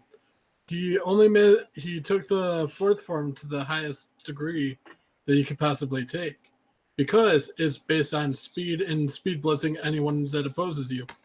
The only people that he cannot overcome because they have competent defense with a lightsaber are Mace Windu, Count Dooku, and the Emperor. Anyone else below them, he could absolutely destroy. So then Mace Windu's better with a lightsaber. Not better than Yoda. He just can stonewall him with a decent defense, because the form that Yoda uses is based all on momentum. I feel like I'm regrowing my virginity just hearing this. Yeah. Well, so I'll show you real quick. This is Redline. This is the pompadour going all the way up here. Somebody in chat was saying, "Isn't Redline the Bruce Willis thing?" I'm like, no. I think that was something else. Ben Cheever says, "Nick, stand up and walk around. Don't get deep vein thrombosis." Don't worry. I have my elderly socks on, keeping my blood flowing. Diabetic socks on. Asia Frazier says, "Star Wars was nostalgic. James Earl Jones' voice makes every movie forgivable. Wasn't all stormtroopers clones of Jango Fett? How does Finn even exist?" They were originally clones, but then they stopped being clones because clones cost money or something. So they just started conscripting people into the service of the Empire. I think that's the lore, right? Demon Dog says Cody's getting his Hug Hyman back. Yeah, from that Star Wars talk. Once you start going into like there are multiple disciplines of the lightsaber, just no. Lore is great, but what I saw on screen was Mace Windu get his hand cut off and scream like a bitch. And that totally took me out of the experience of the movie, because Luke got his hand cut off and like, you know, whined like a bitch. Only whined, yeah. I was thinking of I was trying to remember the SpongeBob quote where he's like, "I'll have you know, I stubbed my toe and only cried for 30 minutes. Oh my gosh. Man, I hate every one of the protagonist characters in the Star Wars movies. All of them. Yeah, I'm with you. I hate that Darth Maul didn't kill Qui-Gon and Obi-Wan at the same time, because there were many openings. Cardinal Crimson. Oh, but James Earl Jones, my favorite performance of him is Field of Dreams, I think. So could I say something and completely shut the internet down because I'm gonna be laughed out of here? I mean, probably. Yeah, I've never seen a single Star Wars. Good, don't. Really? Your life is better for it. Are you serious? Yeah. Because I was like thinking with all the talk, I probably should go home and like binge watch. No. No? No. I'm probably like in the 1% of people in America that have never seen a single Star Wars. Yeah. You and Drexel's dad. Oh, really? Drexel's dad has never seen it? Drexel's dad's never seen any movies. Really? True story. I'm watching Last of the Mohicans over at their house. Sometime in like my last year of high school. Yeah. And I'm just sitting there on the couch and sitting with Drexel's brother, and Last of the Mohicans is on. And have you seen that? Last Mohican? Yeah. Oh, yeah, yeah. It's that scene where Daniel Day-Lewis is going to get the woman back from the tribe. Right. And so he's got the peace beads in his hand, and he's walking through the village, and they're all hitting him, and like they come up and cut him and stuff. Drexel's dad walks up, looks at the screen, says, "Wouldn't catch me walking through town getting my ass beat," and then leaves. That was enough of that movie for him. That's how he watches movies. It's great. All right. That's all I needed to see. He got the entire gist of the movie in like 30 seconds. He's just a higher evolved creature than us. So Yeah. he doesn't need to watch the whole thing. Yep, he has no time for that. Ain't nobody got time for that. If you ever do decide to watch Star Wars, every one of the movies has been done on riff tracks. So get it with the riff tracks, and it'll make it a much better experience for you. Yeah. Or just Yeah, riff watch tracks are Flash great. Gordon. Yeah. Which they totally ripped off in A New Hope. Yeah, people can like Star Wars. That's fine, but man, no, but James Earl Jones, when Kevin Costner and his wife show up, like convince him to help them with their stupid baseball field and Field of Dreams, and he pulls out the pesticide sprayer and he starts spraying. He's like, go back to the 60s. It's, oh man, I love that scene. I love that scene. It's so you're picking some pretty epic movies, but one of the things I'm finding is that your favorite scenes of the movies have so little to do with the overall. No, they gist have of the movie. everything to do with it. You've just been watching them wrong. I've been watching them the wrong way all this time. Well, darn it. Let's see. Snowtep. No, wait. Cardinal Crimson says, "Hey guys, while you're on the movie topics, what are your opinions on my favorite of all time, The Shawshank Redemption?" Shawshank's great. Great movie. Shawshank's pretty dope. You guys, Shawshank? I never saw it. That's with Michael Clark Duncan, right? No, what is wrong with you two? Whoa. No, Shawshank is No. Morgan Freeman and Tim Robbins. Right. I haven't seen that one. Michael Clark Duncan I was know of Green it. Mile. Green Mile, thank you. Yeah. Yeah. That's the one I was thinking of. No, Shawshank's a better movie than Green Mile. Green Mile's fine. Shawshank's a better movie. Shawshank's good. That's a good flick. I'd Shawshank. watch it if I had time. I'm too busy watching your streams every night. That's the grand conspiracy. How you're taking over YouTube is just making such interesting content that no YouTubers have any time to make their own anymore. That's how I'm going to do it. They just copy what Nick says. Like Nick will say something, and the next day you'll have 3 or 4 videos, all with big yellow text on the thumbnails, just recounting something that was covered on Nick's stream the night before. Well, there you go. I'm okay with it. I can dig it.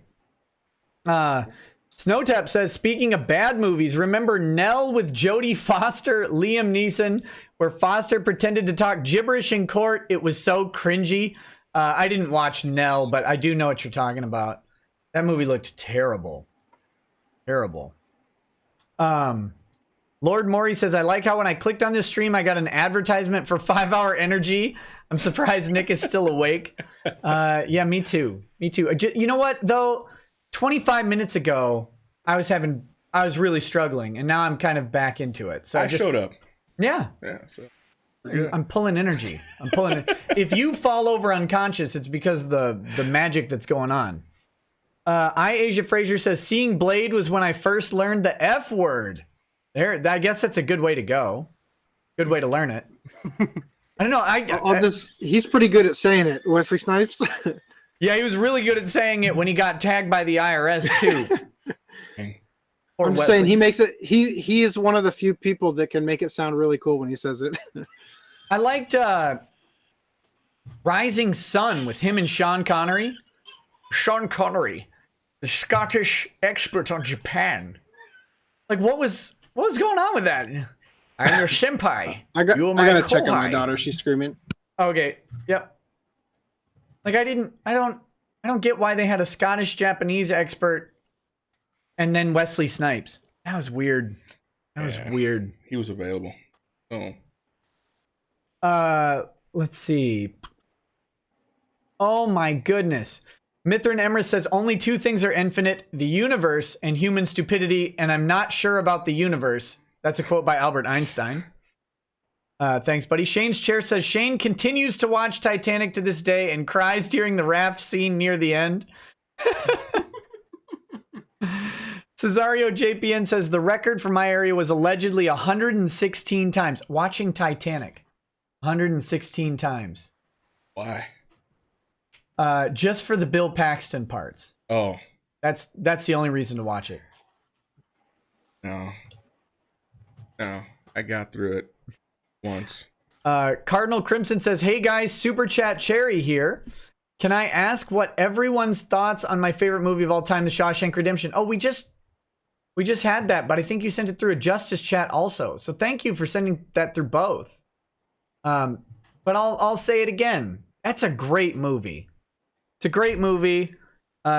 Expertly executed. I can still hear Morgan Freeman's stupid voice in my head.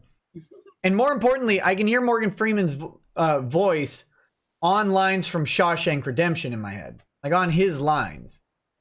That's what I can hear. Yeah. That was one of his best movies. But you got to be louder. I got a noise gate on your mic. Oh, I said that was one of my favorite movies of his. Well, I mean, yeah. It's definitely the most memorable.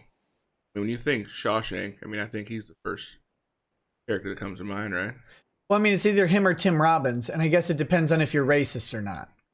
That makes me racist. But I go straight to Morgan Freeman too. Okay, so you're racist too. Yeah. All right. Well, because it's hard to tell who the story is. It Red's story? I think his name was Red.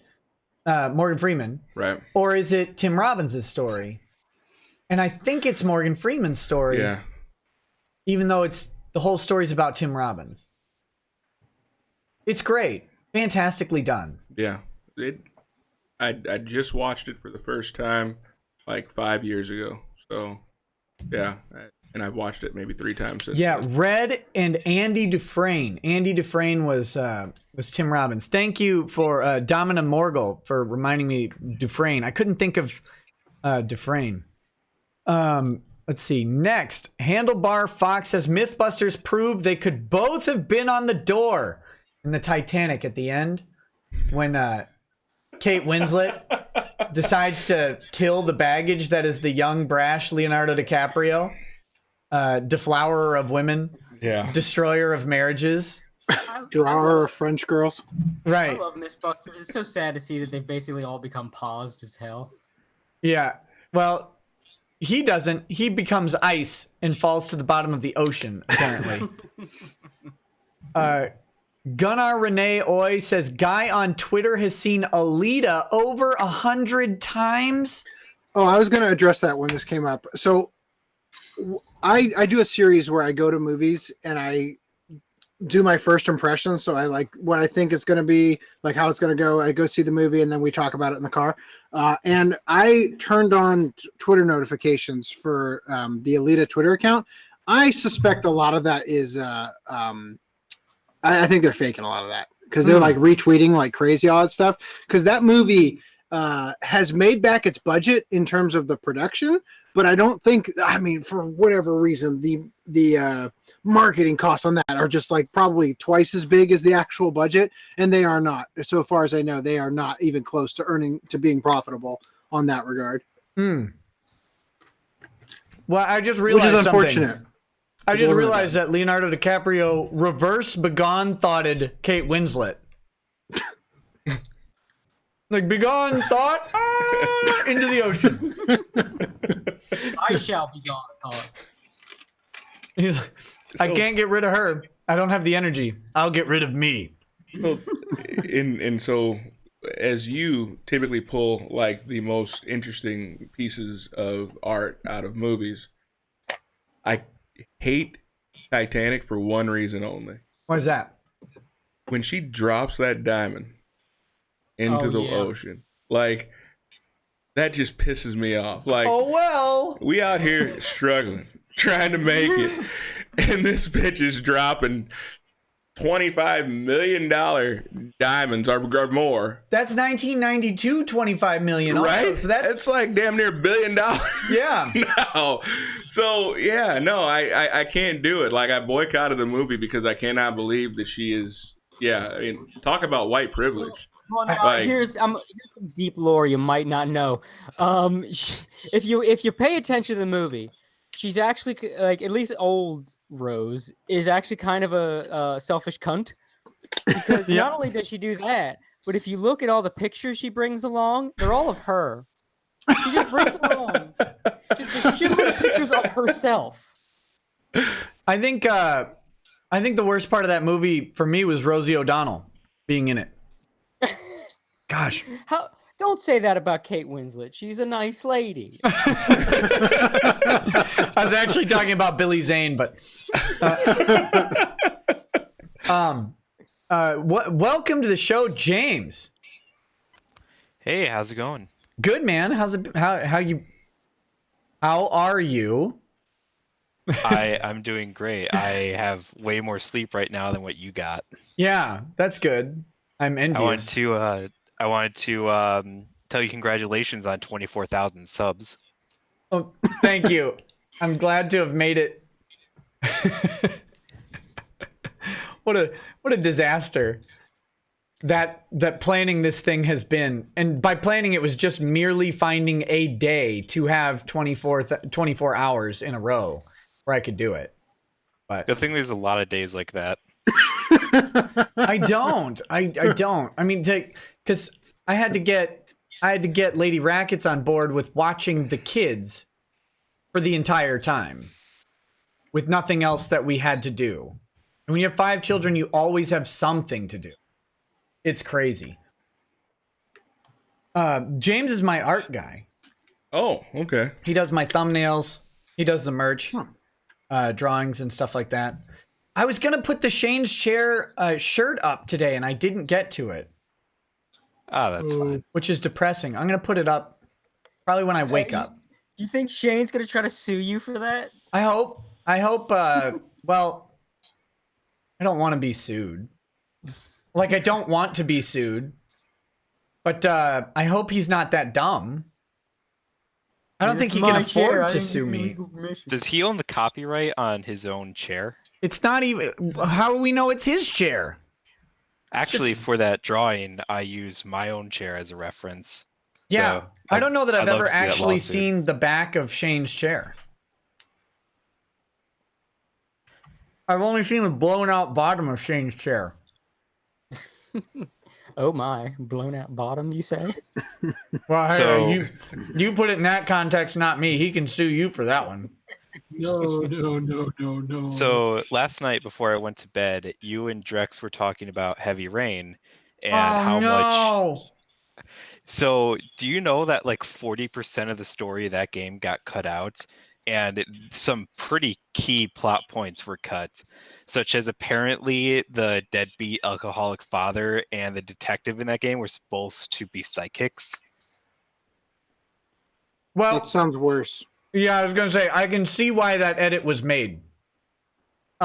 That's why he blacks out and he wakes up with the origami, is that he shares a psychic connection with the actual killer. And when the two of them were supposed to be in rooms, they were supposed to not be able to read each other's minds, which is how they were going to like tell which one was the killer. Like, it'd be between the two characters who can't read each other's minds because they're both psychics. I hate this game so much, even more as you explain it. It was friggin' horrible. I tried, man. My buddy brought it over and he's like, play this. You'll like it. That's No. exactly what happened to me. Terrible. I was like, do I get to shoot something yet? No, you're just watching this thing and it's like you're playing for a little bit and then the credits roll. Like, oh my God, I'm just now starting. Oh, it was horrible. Imagine being my friend, needing to sell me on a game where I have to do like the quick time events or whatever, like the on-screen commands for like opening a goddamn drawer to put on pants.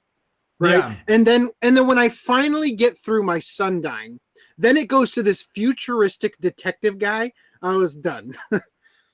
Yeah, I can't do it. Also, obligatory joke about you saying, imagine being my friend. Let's see.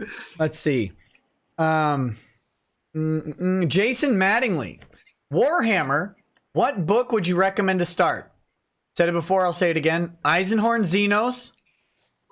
Unless you can get the whole trilogy, but that's a deep dive. I Am Slaughter. I Am Slaughter, which is the book one of the B series. It's great. Or Horus Rising. Start at one of those three places. They're all good.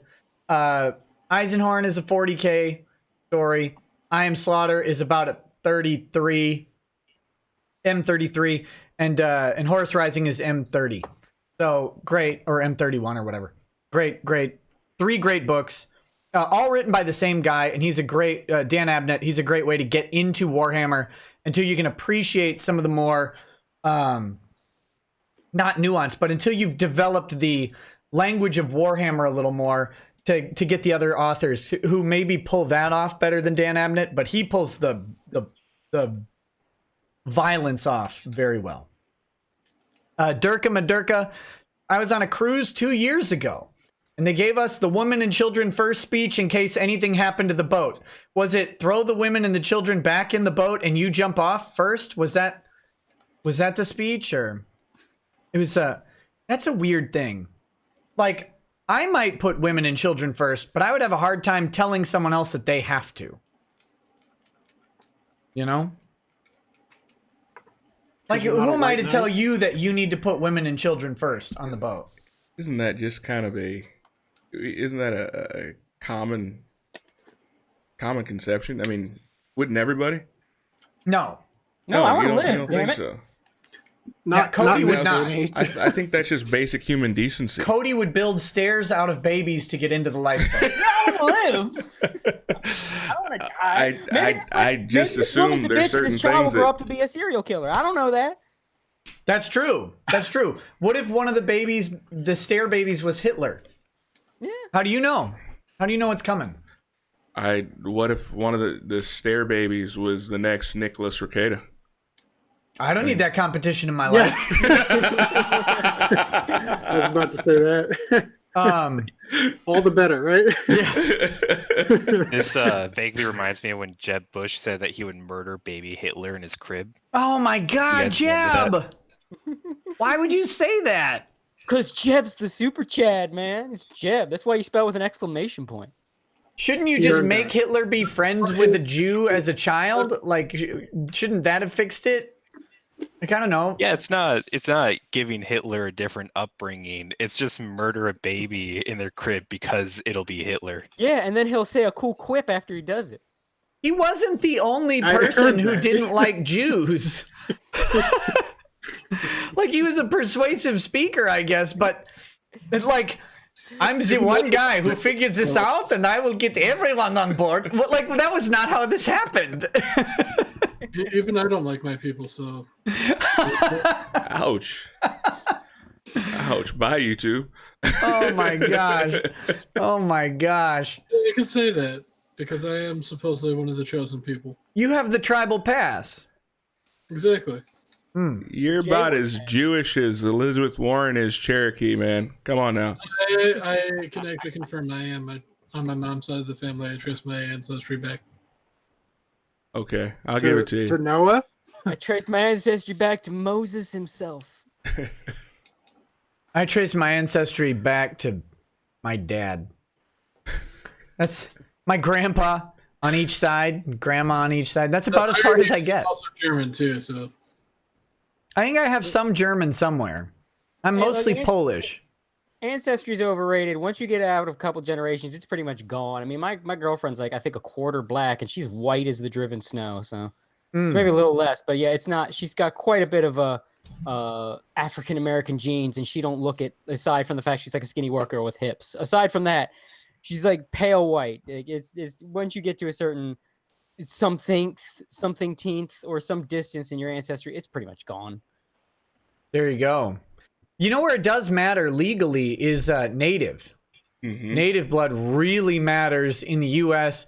legally. And if you have, to my dudes out there playing the Tinder game, if you've got a native girl with any more native blood in her than Elizabeth Warren, and you have a baby with her, and you get divorced, you may not have a chance at your child if you don't have native blood also. Really? Yeah, native tribal, due to treaties, tribes get family law precedence over certain percentage, and it's like set by the tribe. But you know, when the tribal response to the Cherokee to Elizabeth Warren was, we determined, right? We determined that. They literally do. And basically, I think for a lot of them, it's like 1/32 or 1/64. If you're a 1/64 native blood, or your baby is, more importantly, the tribe gets say over which parent gets the baby, unless there's clear like negligent. Yeah, and even that, they might still get. It might not be going to you. It might be going to someone native, and that's old school treaties. They get a different family law system for that. Wow. So if you're a guy out there, you know, that's a consideration. I might have to have my wife take a 23andMe.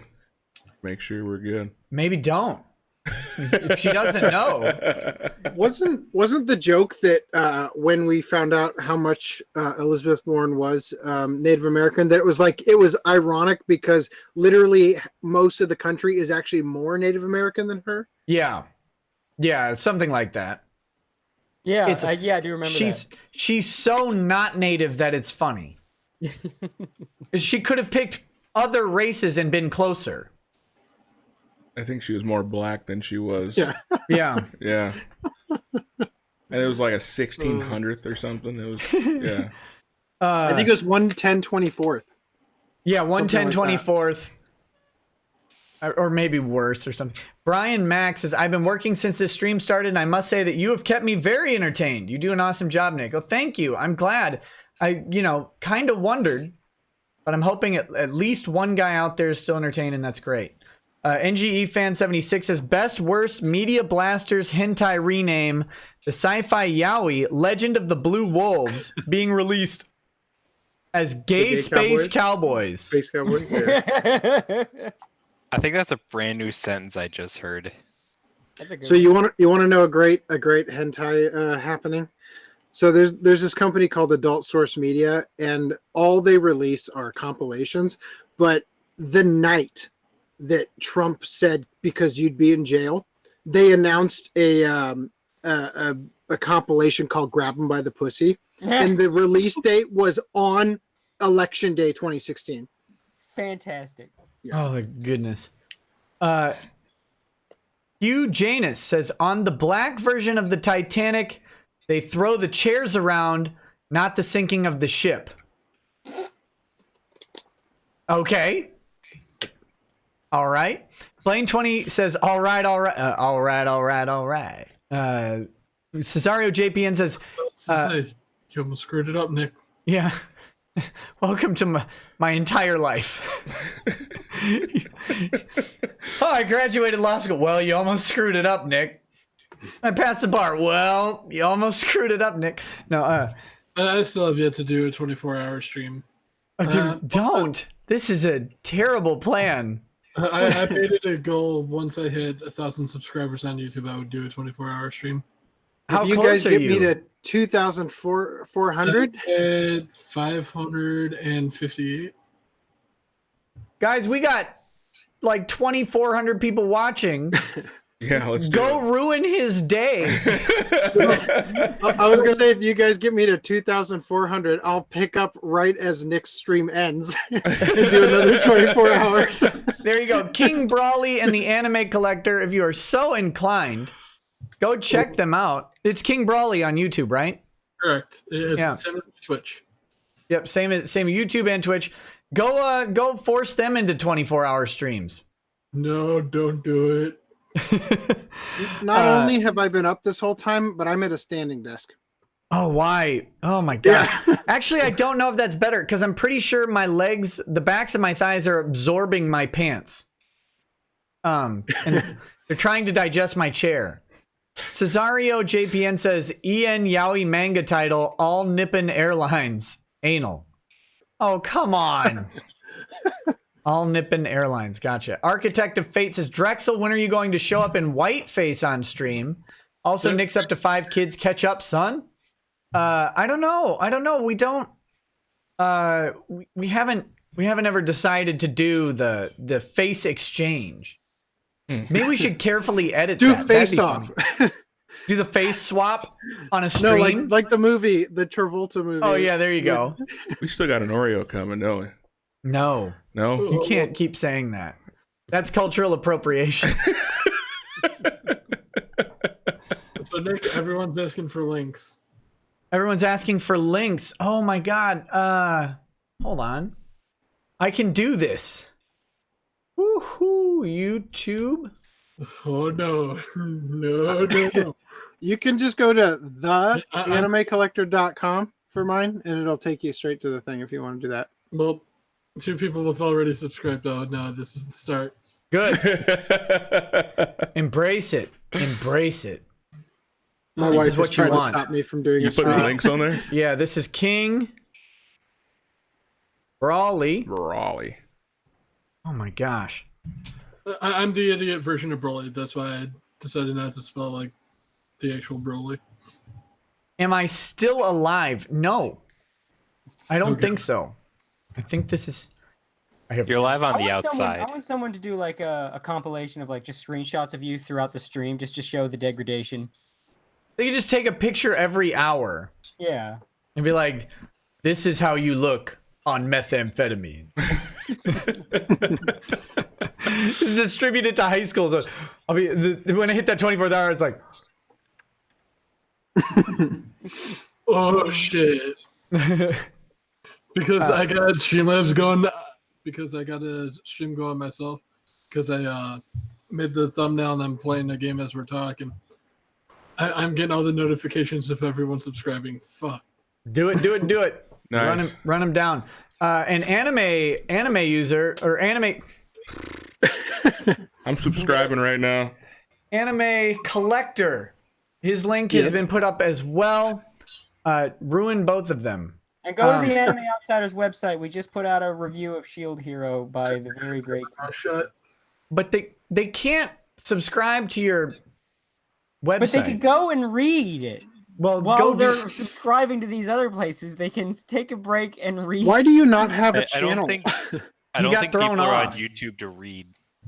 Exactly. I think this is the wrong platform for reading. Well, when you're done with the YouTube, you can read some reviews that actually are like worth listening, You should listening to. narrate those reviews and then put them up on a channel. And Well, then we I have a think you guys YouTube will be channel. We going. just ship post on because YouTube makes it not worth it because you put up something that's like, you've just immediately been robo flagged. We're gonna have to take your video down because it includes a clip. Yeah, Fuck that's why you can't do clips. Fuck Out of the darkness. Yeah, Fantano has a Q? channel Yep, where Out he of the reviews Darkness. music and he uses no clips. That's probably the hardest way you can review music.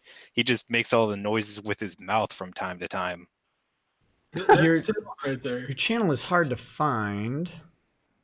Not Out of the Darkness Ministry. That's 89 videos. I've got a link to it. I'm gonna put it in the chat. I really should have kept my mouth shut. I doomed myself to this is actually going to be happening. Good. Good. Hold on. Nick's been suffering so much from this stream. He just wants to make everyone else suffer at this I point. wanna see the world- Go down with him. I want to see the world burn, I don't blame him. like that Elmo gif. Here we go. I'm pulling it up right now. Out of the dark. Come on. My computer's like, stop streaming. Just, it's seriously running. It's running joke. Put a joke in there. Okay, so here is Q's channel as well. So go ahead and subscribe there. Check out his stuff. Okay. Whew. ISJ322 says, don't think of a soft, comfy bed next to your wife. That's rude, bro. Wacky Swacky says, best James Bond movie, go. Oh, the one where Forrest Whitaker gets eaten by a shark. It's the one where oh god, I don't think he's the best Bond, but this particular scene does it. Is Sean Connery at the very beginning goes up to that girl and starts sweet talking her. She's like in a bikini top, and he literally yanks the top off and starts strangling her with it. That's the best one. That's good. There's also the one where the guy gets put in a pressure chamber and squished. Yeah. Oh, and then Who's there was the best one... Bond is the question I think should have been asked. Was it Denise Richards was in one only, and her name was Christmas, just for the line from Pierce Brosnan, I heard Christmas only comes once a year. Fantastic. Yeah. Okay, so who is the best James Bond? Idris Elba. I think Roger Moore. It'll never happen, but I thought they were going to do Idris Elba. I thought he was the next Bond. I think it's just hearsay. I don't actually like Pierce Brosnan. I like Pierce Brosnan better in the Thomas Crown Affair than I like him as James Bond. I like Daniel Craig, man. I like Daniel Craig too. I think Daniel Craig was the best one. Sean Connery was good, but yeah, I think that Daniel Craig's number one.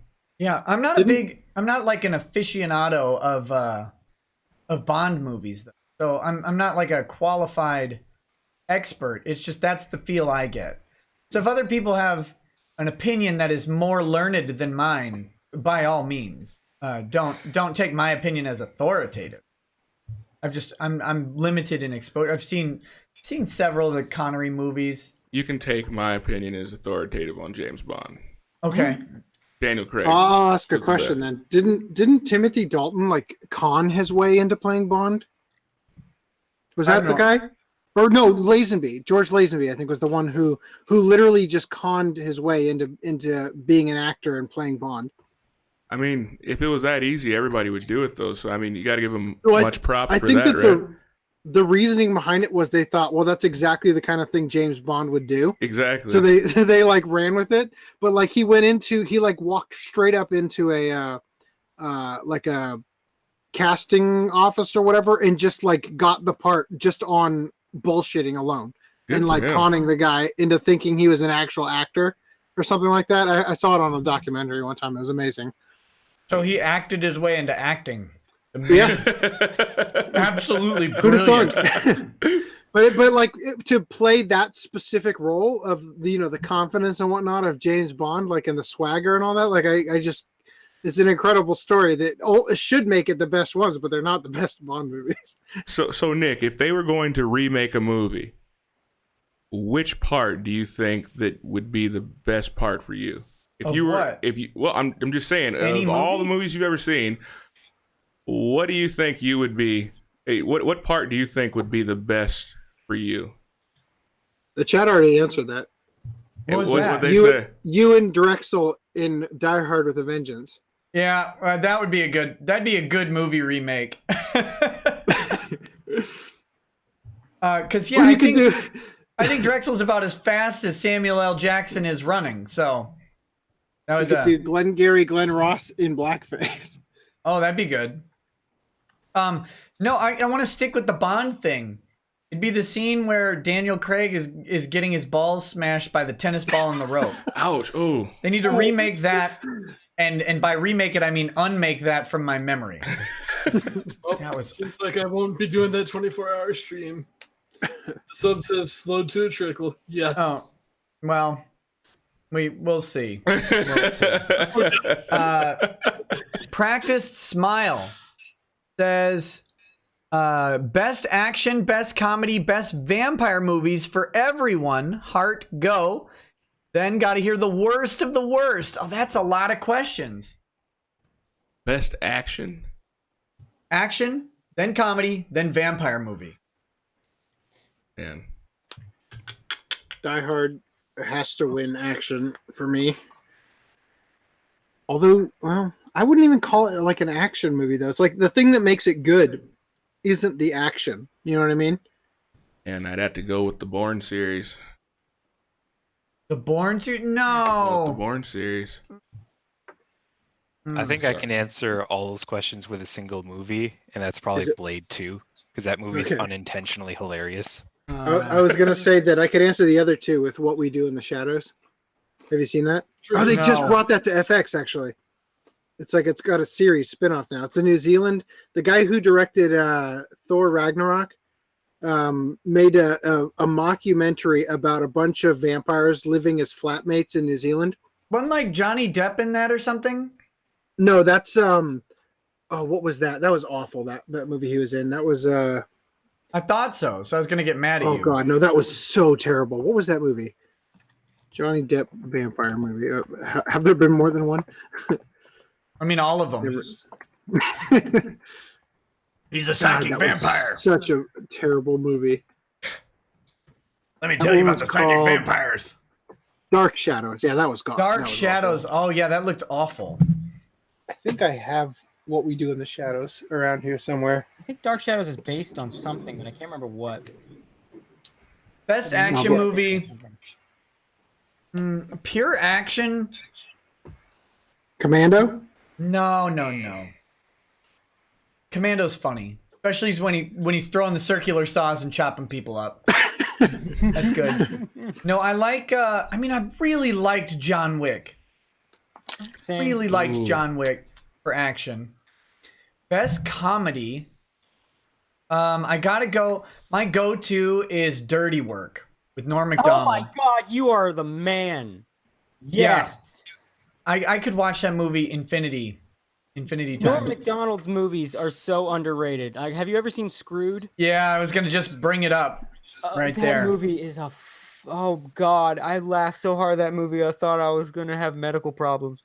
And then the best vampire movie, Interview with a Vampire, is really good.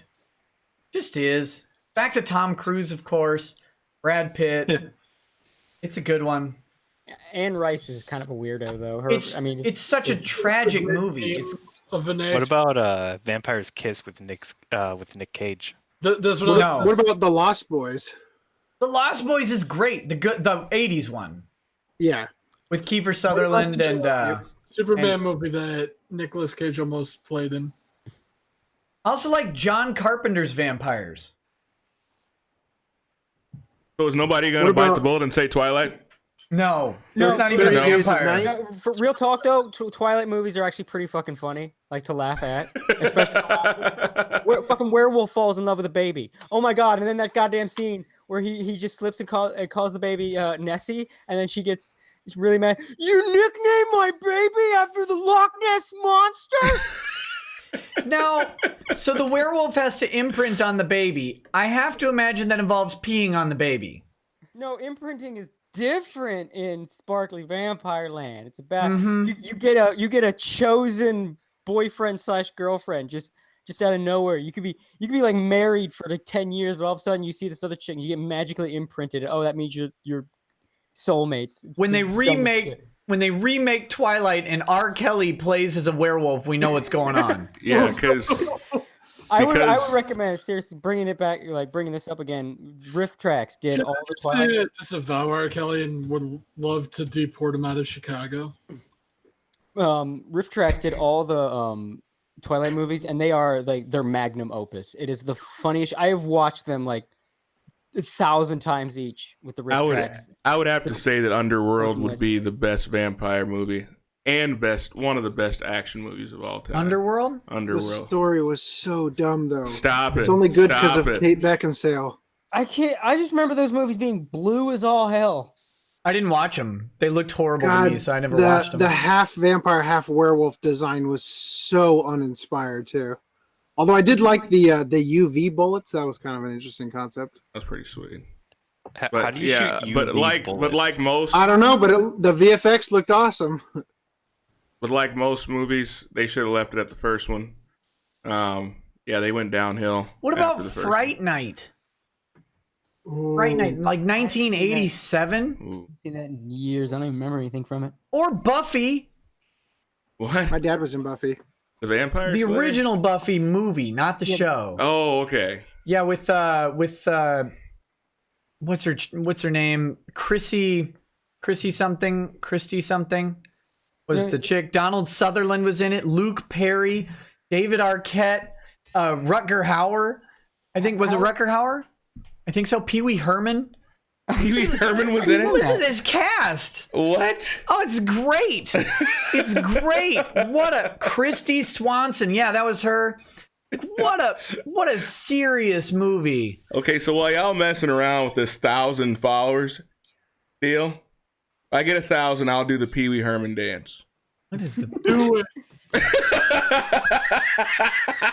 Do it. Let's make it. Also, how has no one mentioned From Dusk Till Dawn yet? Like, I don't really like From Dusk Till Dawn, man. you're a silly man. That's not a vampire movie until like the last 20 minutes, I know, it just fucking goes off the rails. which is like Chat, so. it's a great reveal and like fun experience. But as a movie, like once you've seen it, it's like you don't even want to really watch the whole movie again. You just want to watch that scene. No, the best vampire movie is that Dennis Miller vampire movie. yes. Yeah, where he's like in a vampire holocaust or whatever, and he's just calmly and sarcastically ranting about it as Dennis Miller would. Yeah, it's Like just Bordello making his of way fun. through the movie that way. It's not even just that. It's vampire hookers that Yeah. he's spraying with a super soaker full of holy water to ballroom blitz. I don't want to go off on a rant here, but I'm about to blow a hole wider through the. So what about the worst movies? Like the worst action, comedy, and vampire. There's a lot of bad ones. Any Seltzerberg movie is going to be up there with worst comedy. I mean, I know that's easy, but it's easy for a reason. What's that movie with Rose McGowan where she has like the shotguns for legs? Grindhouse. I liked that just fine. You don't have to. Worst comedy movie has got to be like Freddy Got Fingered or any movie starring Andy Dick. No way. Freddy Got Fingered is great because it's not actually a movie. It's like you got to kind of watch it. And Red Letter Media actually did a video on this, and they said the same thing. You got to watch it knowing that this movie is Tom Green sabotaging like this whole production. Like, is a fuck you to the studio and the idea of these 90s gross out comedies. Like the whole movie, there's like a meta fuck you to the whole thing. Like it's not an actual movie in a traditional sense. Everything in the movie is some kind of prank or like not a jackass prank, but like a prank on the movie, a prank on the studio, prank on movies in general. Well, yeah, in that movie, he gets $1 million to make a movie, and he wastes all the money on plastic jewels. Like there's a scene in the movie that's straight up he just took, because there were originally 2 directors and the one quit. And there's a scene that's straight up the director that quits rant at Tom Green put in the movie. That's awesome.